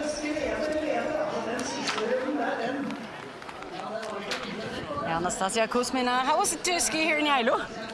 Last year here in the European Cup, I felt not so good, not so strong, and now I was surprised because it's again for me one more race before main season, and I just happy to be here again. And on the shooting range was so good for me today. Maybe a little bit tired on the last loop, but we will see tomorrow. Følg med. Junior Arneklau. Ja, en gang. Fikk en bom høyre da. Hva siste skjøttet blir. Jobber. Og treffer en treff. Ja, hun nest raskest inn, altså. Bare slått av Øygard der. Men foran både Skrede som leder I mål, og foran Kosmina interskyting. Så kom denne bommen da. Ja, skal hun kunne være likevel nummer 3-4 ut her I den gruppa med Skogan, Krokstad Johansen, Galtung Skar. Dette etter første skyting, hvor Wierer var både raskest på matta og feilfri sammen med flere. Vi kan vel slå fast, Marte, at Dorothea Wierer tilbake. Ja, og jeg skjønner jo at du har motivasjon nok til det når det et OL på hjemmebane, så jeg tror vi kommer til å se mye av Dorothea Wierer I denne sesongen her. Så hun glad for at ikke du skal være med, for det var du som herret med det der under VM I 2020, var det ikke det? Ja, vi hadde noen tøffe fighter, det var veldig gøy å konkurrere mot Dorothea Wierer der. Ja, det var det. Lotte Lie da. Belgia og Norge. Skatval. Ja, det en god inngang. Ja da, hun 5. best inn da. Ja, med fullt hus så ser vi at hun veldig nære å lede ut. 4 sekunder bak Åsne Skrede da, som leder I mål. Ja, bra gang her altså. 3 treff der da, ser vi. Og høy treff. Og lårtreff. Ja, det bra. Hun har yppet seg I verdenscupen mange ganger også. Rister litt på hodet der, men dette et bra løp. Altså Marit Ishol Skogan gjør også et fint løp. Nummer 5 her. Så hun har I hvert fall gjort et helt godkjent åpningsløp. Men Øygard I siste sving vel, og skal inn og ta teten. Ja, Øygard leder altså etter 2 skyttinger da, 6 sekunder foran Lotte Lie. Her kommer hun. Hun hadde altså 34 til Åsne Skrede. Vi ser det skrumper veldig inn. Åsne Skrede har gjort en fenomenal siste runde. Men Marit Øygard holder så vidt unna. Selv hun har tapt mye på siste runde. Hun slåss som en verdenscupbillett til Østersund. Dette en god søknad. Det det, men taper 28 til Åsne vel da på siste rundt. Femsteinevik kunne vært I tet. Ikke en bom venstre første da. Og ny bom til Smekka. Og ender med 2 bom da. Ja, det for svagt. Da detter hun ned på lista. Selvfølgelig misfornøyd med den Femsteinevik, som hadde jo trøbbel med skuldra før sesongstarten I fjor. Ja. Nå hun rapportert å være I orden, men Marit Øygard har altså gjort et meget sterkt løp da, og leder I mål. 6 sekunder foran Åsne Skrede. Kosmina fra Slovakia, nummer 3. Men nå kommer Ingrid Landmark Tandrevold, og da kan vi få en ny leder. Hun 6 sekunder bak leder inn hit. Ja, spennende å se på ståendeskyttinga. Det viktig for Ingrid nå å få til noen gode opplevelser på ståendeskyttinga. Det blir ikke lett å slå hvis hun skyter fullt nå. Med et godt disponert løp så har hun alle muligheter. Men det må treffes nå, da. Fine forhold. Kunne bra. Bom under. Høy treff. Bom langt opp høyre. Siste da. Ja, treffer der da. 2 runder. 2 nok 1 for mye. Hvis vi snakker om å kjempe om seier, får vi tro. Jeg vil nok anta at hun har en god siste runde på lageret her, men 2 bom, det blir for mye. Det holder ikke det med 2 bom, altså det en runde synes jeg var helt dårlig, men 2 blir litt for mye i dag også. Ja, 1 minutt tilbake. Tandrevold startet til Karoline Knotten. Og så var det Dorothea Wierer og Maren Hjelmeset Kirkeide etter det så nå kommer kanonene. I hvert fall på stående. På rekke og rad. Karoline Knotten, første utfordrer. Så da la seg på 7. etter liggende 20 sekunder bak Wierer, altså. 19,8 hun bak Femsteinevik nå. I forhold til Åsne Skrede da, så snakker vi om 12 sekunder. Men Åsne var I runden. Ja, til Øygard så det 17 sekunder hun bak. Ja, Knotten, fine forhold. Så helt vindstille her nå. Klar for verdenscupen I Østersund hun. Så hun behøver ikke å kjenne på det presset. Veldig bra. Litt tid til første skjøtet her. Høyt treff. Ja, flott. Høyt treff. Og lårtreff. Ja, det er bra. Han fullt hus, hun gjør det bra. Hvordan det å komme fra et langt høydeopphold og rett ned her, Martin? Vi må ta Dorothea Viere selvfølgelig først da. Ja. Skal det være en seier her? Nei. Og hei sann. 3! Ja, dette Viere fra I fjor. Treffprosent 77. Altså den stabiliteten hun hadde på stående skyting, den dessverre borte. Det rotet det veldig til I fjor gjennom hele sesongen. Og en dårlig start her på sånne nå. Det var det. Lotte Lie tatt inn 1 sekund bare på Marit Øygard. Jeg sier bare, for vi vet jo hvordan Åsne Skreda herja med alle på siste runden. Hun har det. Hun har beste tid på siste runden av Åsne Skrede. 7,7 raskere enn Erdal. Skal slite rundt fjerdeplassen til Dokken her da. Martin Krogstad Johansen. Har ikke gått seg ut av verdenscupdiskusjonen altså. Det jo en fellesstart I Norge også, så hun oppe der. Det ikke et optimalt løp, men det et godkjent løp på ved siden av Martin Krogstad Johansen, som kjemper om en verdenscupbillett til Østersund.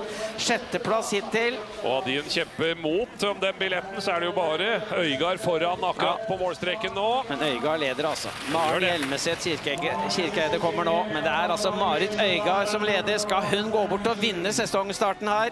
Lotte Lie har en sjans. 5,5 var hun bak der ute I løypa, men her har vi også en god sjans til å gjøre det med Marit Øygard for Maren Hjelmeset Kirkeide. En god stående skytter, vanligvis. Ja, veldig god var det I fjor da. 3,90. Var spent også Patrick Oberegger nå, kvinnetreneren. Står det med en seier. Fint bra. Ja, så får han bonden der da. Og midt I, og... Ja, det ikke helt umulig. Neida, det ikke helt umulig. Rå siste runde må bestilles. 150 meter oppvei. Ida Lien også dessverre med ryggtrøbbel da, ikke på start, men blant tilskuerne her på Geilo. Men Maren Hjelmeset Kirkeide da, hun hadde nok vært avhengig av fullt på siste skyting der. Marit Øygard, en strafferunde skal hun igjennom. Hun kan jo gå forrykende på en siste runde, Maren da. Hun kan gå ned I kjelleren, hun. Kan det. Hun vil nok prøve å teste kroppen litt, selv om hun har billett til verdenscupen. Marit Øygard leder foran Lotte Lie, Kosmina fra Slovakia 3, Karoline Knotten 4, Arne Kleiv 5, Marit Iskold Skogan 6, Marte Krogstad Johansen 7, så det Skar på 7. Åsne Skrede på 8. etter 2 skytinger, men så har vi jo sett at denne siste runden, den utslagsgivende. Ja, det det, og det Lotte Lie som straks skal være på vei inn på stadionet her og kjempe mot ledertiden til Marit Øygard. Marte, det mulig å hente inn 24 sekunder for Maren på siste runden da? Det blir tøft, men Maren har vist at hun kan gå helt forrykende siste runder, men da skal hun være I skikkelig god form, skal hun klare det her. Junior Arnekleiv da, som sleit litt forrige sesong, gikk jo med litt sykdom I kroppen også, det sjelden og lurt, ble satt tilbake, litt overivrig på trening. Har hun vært bedre I balanse til denne sesongen. Skikunstneren Junior Arnekleiv. Men bare en runde, så det litt grann under pari her. Jeg ikke fornøyd med det. Nei, og så det... Lotte Lie, som nummer 2 etter 2 skytinger, var 6,3 sekunder bak Øygard da. Slåss nå om ledelse. Skatval, Norge og Belgia. Lotte Lie. For langt oppløp til Lotte, men du skal vel klare Åsne Skrede. Ja, da kjemper det siste dobbeltlandstaket her. Det blir på håret det der. 2 tiendeler bak. 2 tiendeler bak. Og hun har jo hatt fordelen av å gå på tiden her, Lotte Lie. Ja, har det. Det en god konkurranse da, av Lotte. Ikke noe uttakstrøbbel I Belgia, det kan jeg love dere. Knotten 25 sekunder bak Øygard. Ja, jeg synes ikke det spruter noe veldig av Knotten. Men klart det sånn vårt første hardøkta da, etter å ha vært I høyden. Jeg skjønner det. Hvordan det, Marte, å komme fra et langt høydeopphold og så gå rett inn en sesongstart? Nei, jeg synes jo det alltid var veldig tungt å komme hjem fra høyden. Jeg brukte ofte lang tid, og hun skulle vel egentlig ha planlagt en hardøkt denne uka, som ble utsatt. Så det kan være at det svinger litt nå I starten etter det lange høydeoppholdet Karoline har hatt. Kanskje blir farlig I morgen da. Det kan være. Trengte dette løpet her. Løsner litt dag 2, ikke uvanlig det. Junior Arnekleiv ligger helt slått ut der. Det var ikke noe sånn optimal fart I løypa på Arnekleiv denne dagen her. Har tapt 47 sekunder til Karoline Erdal I løypa, totalt sett. Ja, det mye altså, jeg må si det på disse lette forholdene her. Jeg trodde at hun skulle være artigere, skarpere I løypa enn det vi så nå. Jeg synes det har blitt mye utslag I sporet likevel, Marte, synes det? Ja, det har det. Det virker som det et tav at det skiller mye fra det partiet de her og inn, fordi det litt sånn krevende teknisk det partiet de I nå og inn til mål. Dorothea Viere, det så bra ut lenge. God første runde, god liggende skyting, god andre runde. Men så ble det altså 3 bom på stående, og farten i løypa er ikke mer enn den må være heller på denne siste runden. Kan jo ha litt med motivasjon å gjøre, at hun har gitt opp litt. Kan det absolutt være det. Og her er det 2 runder stående da på Femsteinevik, som bringer henne utenfor topp 10 også. Ja, det er ikke noe optimalt løp av henne. Hun står altså på denne lista til å slåss om 3 ledige verdenscupbilletter til Østersund. Hun banka ikke inn den døra med dette løpet i hvert fall. Nei, det er skuffende løp, synes jeg. Hun har vært så solid nå. Hva med Maren Hjelmeset Kirkeide? Skal hun klare å hente inn 24 sekunder på Marit Øygard? Ja, det var Åsne Skrede. Tok mye herfra inn, så hvis hun følger farta til Åsne, så er hun i nærheten av det. 15,5. Hun har tatt en 9-10 sekunder opp hit, og det er mye jobbeparti herfra inn nå, Marte. Det er det. Hun jobber bra i dobbeltdansen. Du ser at bakken har kostet, så nå må hun bare mobilisere og stå godt i dobbeltdansen her nå. Ja, men hun er en fighter. Vi skal ikke gi opp håpet for Maren Hjelmeset Kirkeide, men det ser ut som Marit Øygard, altså. Ja, det er Øygard eller Hjelmeset Kirkeide som tar kaka her, tror jeg, altså. Tandrevold, 2 bom på stående. Det er ikke helt optimalt. Jeg vant jo sprinten under åpningen, sesongstarten på Sjusjøen forrige vinter. Er ikke like bra med fra start her. 38,7 sekunder bak, plassering nummer 12 bare. Hva synes du om det, Marte? Nei, jeg skulle ønske vi så en litt skarpere Ingrid, og det var dumt med den stående serien. Jeg synes du sto litt lenge, ble litt for defensiv, så jeg skulle ønske vi så en enda mer offensiv Ingrid på skytingen i dag. Har tredje beste langrennstid, Tandrevold da, slått med 17,9 sekunder av Karoline Erdal, og slått med 11,7 av Åsne Skrede. Hun har slått alle de andre ute i løypa. Knotten inn rundt en topp 5-6-plassering, litt avhengig av farten i siste sving og inne på oppløpet. Ja, så er det jo litt sånn, i og med at hun har billett til verdenscupen i Østersund om 2 uker, så kan hun jo, skal vi si, smyge denne sesongen litt i gang også. Strålte på skyttebanen, der var Karoline feilfri, og det er egentlig det beste tegnet vi tar med oss fra dette løpet her. Ja da, Karo kommer godt i gang, 2 fulle hus, 8. plass foreløpig på den første hardøkta etter høyden. Det kan bli en god formstigning i løypa i dagene fremover. Kirkeide ute på 500 meter fra mål. Da er hun nærmere enn hun var der. Så hun har tatt inn 7 sekunder til. Nå er hun 8 bak. 8,8 sekunder. Skal Maren Hjelmeset Kirkeide ha en suveren siste runde her? Da går litt ut til kanten i løypa. Kanskje litt raskere å gå der også, litt fastere og litt raskere, så er det denne 180-graderen. Kommer fint gjennom den. Ja, det er vel noen som har vært med på 90-graderen tidligere i oppkjøringen til sesongen her, men Maren Hjelmeset Kirkeide tar 180 der. Ja, 90-grader skal vel Marte være med på i Mesternes Mester, kanskje. Jeg regner med det. Vi får se. Men Maren Hjelmeset Kirkeide altså, ikke optimalt på stående skytingen av Dorothea Wierer. Er uansett en superstjerne fra Italia, men hun har slått med 25 sekunder, 3 bom på stående. Det ble for mye. 5. plass, så får vi si det er greit. Det er et sted hvor den skoen trykket, det var stående skyting. Her jages det mot Øygard, var 8,8 bak på 500 meter igjen. Ja, det har gått en veldig god siste runde, og du ser hun var sliten på toppen, men hun jobber i lett terrenget. 15 sekunder på seg, skal hun gjøre det helt utrolig da, å klare dette på siste runden. Var Norges beste kvinnelige skiskytter forrige sesong. Bronse på fellesstarten i VM, og gjør en enorm avslutning. Men klokka går litt for fort, eller er hun foran? Hun klarer det! Hun klarer det! Med 3 tiendedeler så vinner hun sesongåpningen på Geilo her. For en type Maren Hjelmeset Kirkeide er. Hun har noe ekstra på lager når det står om en seier. Det var mye, altså. 24 sekunder over det på siste runde. Ja, og det var altså på 2,5 kilometer. Det er sekunder på 100-meteren. Oi. Ja, blir gratulert her av Karoline Knotten og Ingrid Landmark Tandrevold. Når det gjelder siste runden, Skrede 3 sekunder, 3,5 foran Kirkeide, 7,7 foran Erdal. De var i en egen liga der, Skrede og Kirkeide, på spurtrunden i dag. Ja, da Maren Hjelmeset Kirkeide har gått klart fortest i løypa av alle her. 11,6 sekunder raskere enn Karoline Erdal. Har slått Wierer med 20 sekunder og Tandrevold med 29 for eksempel. Dette var en god start for Maren Hjelmeset Kirkeide, selv om standplassoppholdet var jo ikke helt optimal, Ola. Nei, det var ikke det. Det mangler litt på standplass, det gjør absolutt det.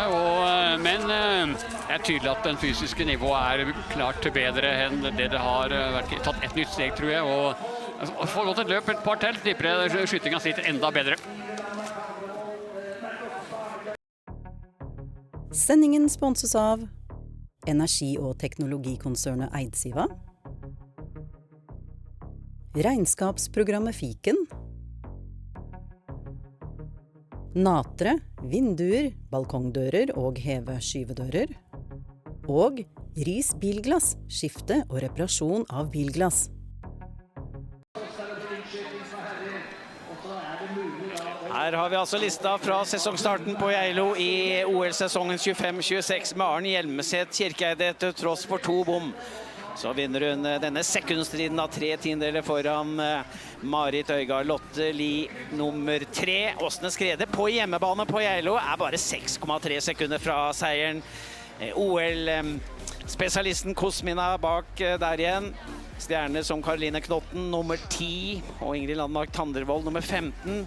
Også eliteløper Junia Arneklei vinner der da, plassen foran Tandrevold.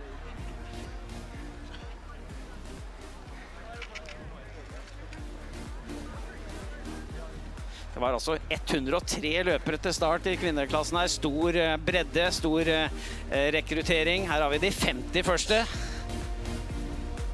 Mange gode skiskyttere. Best Maren Hjelmeset Kirkeide, som gikk en dyrisk siste runde. Ja. Det gjorde Åsne Skrede også da, selv om hun havner utenfor pallen, men... Gikk fortest på første runden, Maren. Ja. Gikk nest raskest på andre. Suverent best totalt sett da.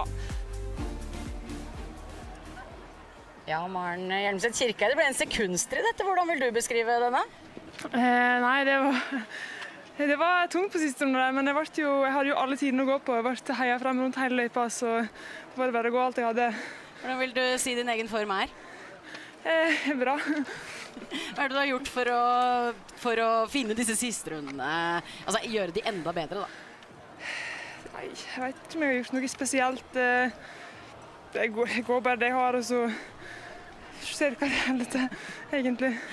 Hvis du skal si litt om det som skjer på standplass i dag, ja, hvordan var det?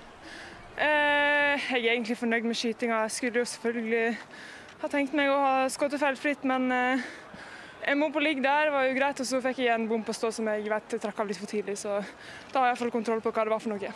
Hva betyr det å vinne sprinten i sesongstarten? Nei, det er veldig kjekt. Det er jo alltid morsomt å gå ski når en er i bra slag, så ja. Og morgendagen da? Nei, det blir spennende. Jeg gleder meg. Du har god erfaring fra fellesstart? Ja, jeg har jo egentlig det. Så ja, det bruker å være morsomt å gå fellesstart. Takk skal du ha. Marte, det var en av dine favoritter egentlig, dette her. Hva synes du om det vi får se av Maren? Nei, altså det hun gjør på den siste runden her, og hun så at hun var litt sliten på toppen av bakken, men at hun klarer å mobilisere, og spesielt spurten, altså det viser hvorfor hun har allerede prestert så godt siste sesong, og jeg tror vi kommer til å se veldig mye av Maren denne sesongen. Veldig gøy å se. Altså har vi jo snakket mye om dette uttaket da. Vi kan høre her med en av de som kjemper om en verdenscupplass, som er Marte Krokstad Johansen. Hvordan kjente du på presset her i dag? Man kjenner jo alltid på det, men jeg tror jeg klarte å løse det ganske bra. Ja, fortell om sprinten for din del. Jo, altså det var en helt grei sprint. 9 treff og grei fart i sporet, men jeg skulle alltid så håpe på 10 treff. Ja, du har jo sagt at du liker det der presset, du. Ja, jeg gjør jo det. Jeg skjønner at jeg må ha litt press på meg for å liksom prestere ordentlig bra. Derfor gleder jeg meg veldig til fellesstarten i morgen. Hva tror du må gjøre der for å ta deg videre til Østersund? Nei, det er jo 19 eller 20 treff som gjelder det der. Og henge seg med feltet og gå fort på ski. Takk skal du ha. Ja, det blir ikke mindre spennende denne kampen etter rennet i dag, Marte? Nei, det gjør ikke det. Jeg synes det var veldig mange spennende dueller i dag. Og du så at utøverne hadde litt høye skuldre. Vi fikk kanskje noen slurvebom på standplass, og det blir kneppet til i morgen. Jeg tror vi kommer til å se enda mer spennende dueller der, så det blir spennende å se hvem som tar de siste plassene til verdenscupen. Ja, Marte er jo inne her på at 19-20 treff. Får man skuldrene litt senket etter å ha gått det første rennet? Jeg gjorde i alle fall det. Jeg synes det var deilig å ha gjennomført en sprint, og får man litt sånn, ok, hva var bra, hva var ikke bra? Og få litt bekreftelse på at det man har gjort har fungert. Det er små justeringer nå, så jeg tror vi kommer til å se litt mer avslappet utøvere i morgen. Og hvem er det som virkelig må heve seg da? Nei, det jo mange som kanskje man kunne forventet litt mer av. Karoline Knotten litt spent på om langrennsformen hos vil bli litt bedre i morgen, når hun har fått en gjennomkjøring i dag. Ingrid Landmark Tannevold, jeg håper at vi ser en bedre stående skyting der. Så det jo veldig mange andre, altså det jo så mange som kjemper her, så det kan bli spennende. Men Marit Øygård, hun står på lista og gjør jo et kjempeløp i dag. Er du overrasket? Jeg litt overrasket. Hun medisinstudent og har fokusert mye på studiet nå, så at hun leverer så bra som hun gjør i dag, det veldig imponerende. Hun har jo snakket litt om, som du sier, hun student, kanskje ikke satsa for fullt og så komme og gjøre det. Kan det være en fordel å tenke på andre ting? Ja, absolutt, det tror jeg. Altså, hun hadde kanskje klarte hun å få ut mer enn hva mange andre klarte, men at hun hadde litt senket skuldre i dag, visste hva hun skulle gjøre. Hun har jo noen studier å tenke på, og kanskje noen eksamener frem i tid som gjør at hun fokuserer mye på de, og det lettere å bare gå ut og gjøre det man skal her. Hun fikk gå til et fantastisk bra løp her i dag. Og så har du da de andre eliteutøverne da, som med Juni Arnekleiv og Ragnhild Femsteinevik, som kanskje følte ekstra på presset før dagen. Ja, de hadde mye press på seg. Vi forventet jo å se mye til dem. De fikk det ikke helt sånn til i dag som det vi skulle håpe, men de har et løp til i morgen, og håper at de knepper opp noen hakk til da. Ja, vi kan jo høre med Juni Arnekleiv hvordan hun opplevde denne sprinten og sesongstarten. Det var hardt. Herregud, jeg egentlig fornøyd med skytinga. Det 90%, og så var det en veldig tung dag i sporet for min del. Ja, hvorfor blir det sånn? Nei, jeg var offensiv. Det var planen egentlig, men jeg skulle ønske det holdt litt lenger. Jeg var dønnstiv allerede ut på andre runda. Hvordan det å gå der ute når man så sliten? Nei, det jo tungt da. Altså, jeg vant til det, så det jo ikke noe problem sånn sett, men det skulle gjerne ført med litt piggere. Hva tror du grunnen til at du ikke helt der oppe? Jeg tror jeg trenger noen gjennomkjøringer. Jeg hadde et testløp tidligere i uka, og det var like tungt da, men da holdt det litt bedre gjennom hele løpet i dag. Stoppet det litt mer opp. Mye snakk om å komme seg til verdenscup. Det kommer jo et renn i morgen også. Hva blir planen din der? Nei, det jo favorittdistansen i morgen da, så spare litt på kruttet til da.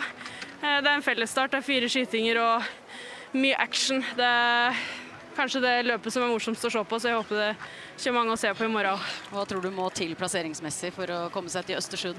Nei, altså en pallplass, da hadde jeg følt meg trygg. Takk skal du ha. Vi skal høre fra flere her, for som vi akkurat har snakket om, Marit Øygård på pallen her i dag. Hvordan føles det? Det litt sånn, jeg har egentlig ikke gått opp for meg enda. Jeg har kommet hit og lever litt sånn i sus og dus hele høsten egentlig. Så nei, jeg tar en dag, akkurat i dag så var det veldig gøy å gå skirenn, så veldig overraskende. Ja, for du studerer, og så la du egentlig opp? Ja, vi kom inn på medisin, og så da sa jeg til meg selv, hvis du går inn på kjempemedisin, Marit, da må du legge opp. Men så jeg timeplanen min, når det startet, så sa jeg sånn, ok, shit, da må vi prøve, og så ser vi hvordan det går. Og så akkurat nå jeg veldig glad for at jeg ikke la opp da. Ja, for hvordan har du hatt tid til å trene? Ja, jeg har fått trent ganske bra, men ikke helt som jeg har ønsket selvfølgelig. Men jeg tror jeg har fått huet over på andre ting, tenkt på andre ting, og jeg har på en måte en plan B. Og da det ikke skiskyting så skummelt. Så hvis ikke det går bra i skisporet, så vet jeg at da kan jeg møte opp på mandagen på undervisningssalen og lese litt på anatomi og histologi, og så det plutselig skirennet borte, så ja, det veldig ålreit. Men nå gikk det jo veldig bra. Hva skal du da gjøre på mandag? Nei, si det. Jeg har egentlig ikke tid å drive og reise rundt på skirenn, så jeg bare ta det hvis det problem oppstår. Ja, for det står jo på denne berømte lista da, over utøvere som aktuelle for verdenscup. Ja. Hva tenker du om det? Det litt skummelt. Man føler man får litt mer flere øyne på seg og sånn. Men samtidig så som jeg sier det at når jeg har liksom det medisinstudiet i bakhånd, så det ikke så skummelt. Og jeg tenker egentlig ikke så hardt på det. Jeg prøver å kose meg og ha det moro. Og så den dagen jeg synes skiskyting ikke er morsomt lenger, da gidder jeg heller ikke drive med på det. Så ja. Det betyr det at hvis du blir tatt ut til verdenscup, så du med? Ja, selvfølgelig. Men jeg går jo ikke her bare fordi det gøy. Ja, fordi jeg har lyst til å prøve å gjøre det bra med, så jeg må jo det. Absolutt. Det kommer en fellesstart i morgen. Skuldrene dine nå senka? Det har egentlig vært senka hele tiden. Jeg ser nok ikke på den annerledes i morgen enn i dag, men det vil kanskje ha det litt mer moro i morgen da. Og nå skal du hjem og lese? Det blir det å lese på akuttmedisin, ja. Det drev med det i dag tidlig. Tusen takk, du får kose deg med bøkene, så ses vi i morgen. Takk, det er nok til deg. Ja, det vil jeg tro. Ingrid Tandrevold leser kanskje ikke så mye medisin før og etter renn. Hobbybasis. Hvordan synes du sesongåpningen var? Ja, det var først og fremst veldig gøy å gå igjen. Altså jeg merket den faste nervøsiteten som alltid kommer før sesongstart. Den kom, og ja, det var godt å få gått det første løpet. Ja, hva slags svar får du da?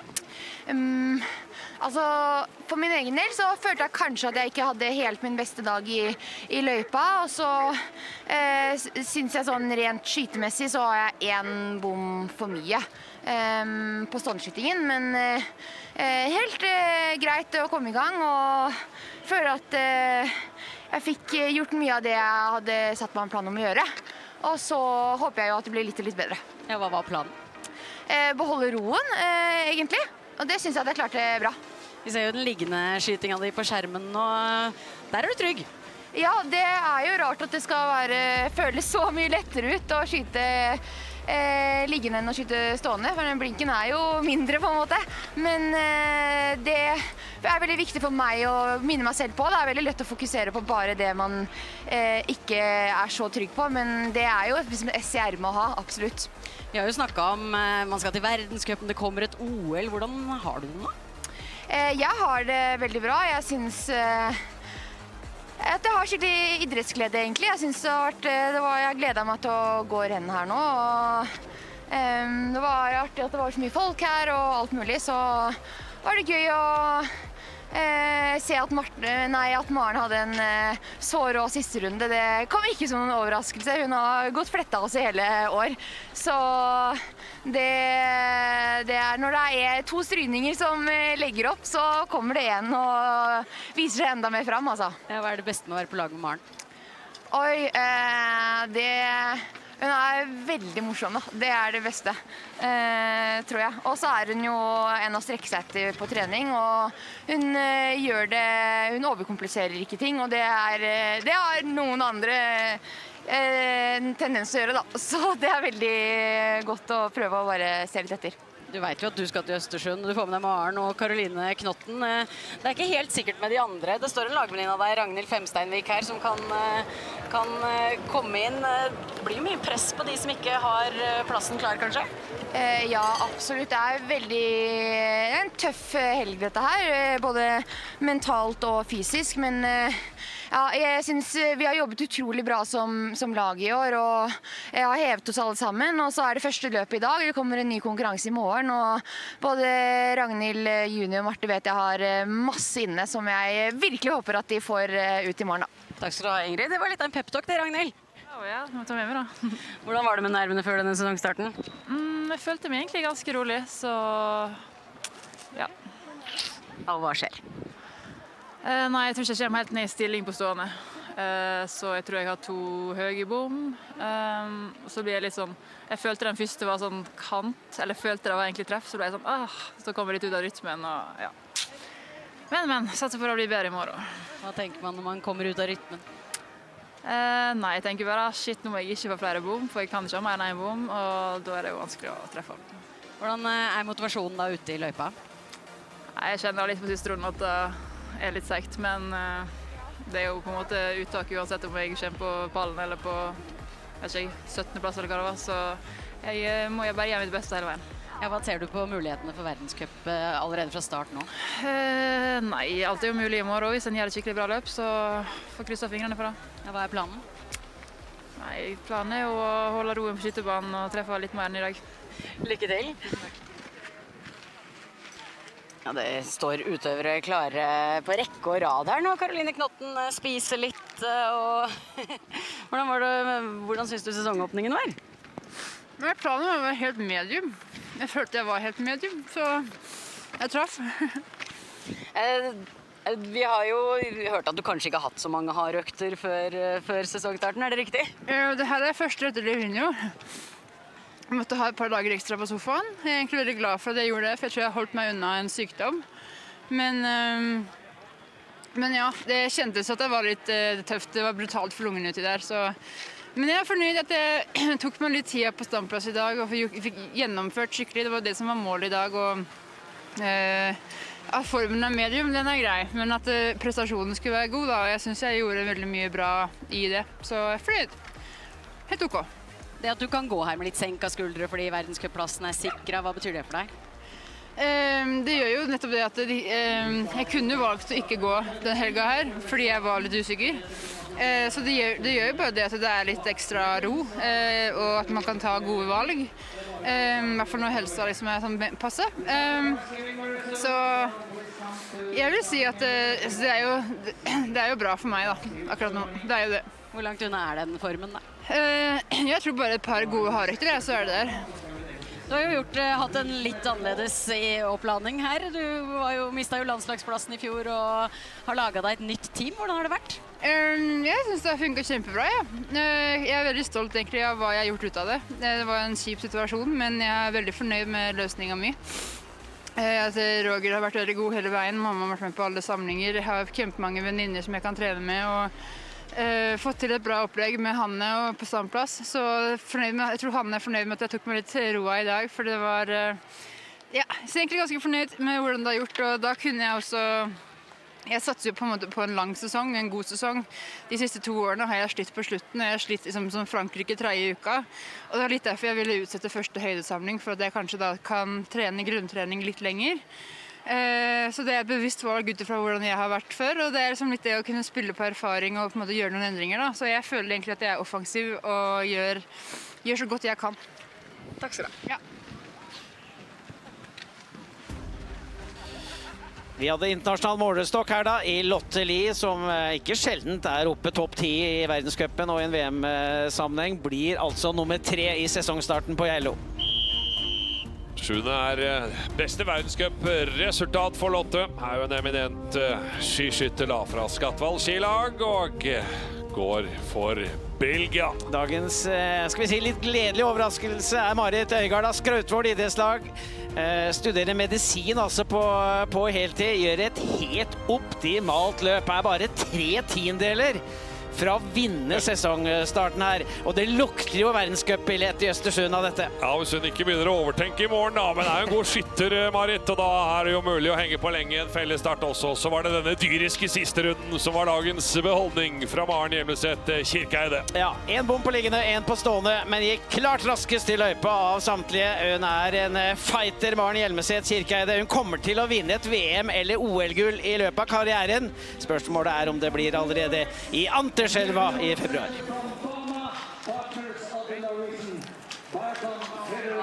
Da var vintersesongen ordentlig i gang. Hva slags svar fikk du av denne sprinten, Marte? Nei, det var jo som forventet at det var litt både og. Noen fikk til kjempegode renn og fikk mange svar, og så er det noen vi forventet litt mer av, men det er sånn det er på åpninga. Det er litt høye skuldre, og jeg tror at vi ser enda kvassere utøvere i morgen. Ja, men skiskytinga er ikke ferdig ennå. De herrene skal selvfølgelig også ut og gå sprint om litt under en time. I mellomtiden så kan dere sitte her og hygge dere med noen store idrettsøyeblikk når dere får se brødrene Bø best i verden. Og så er vi snart tilbake.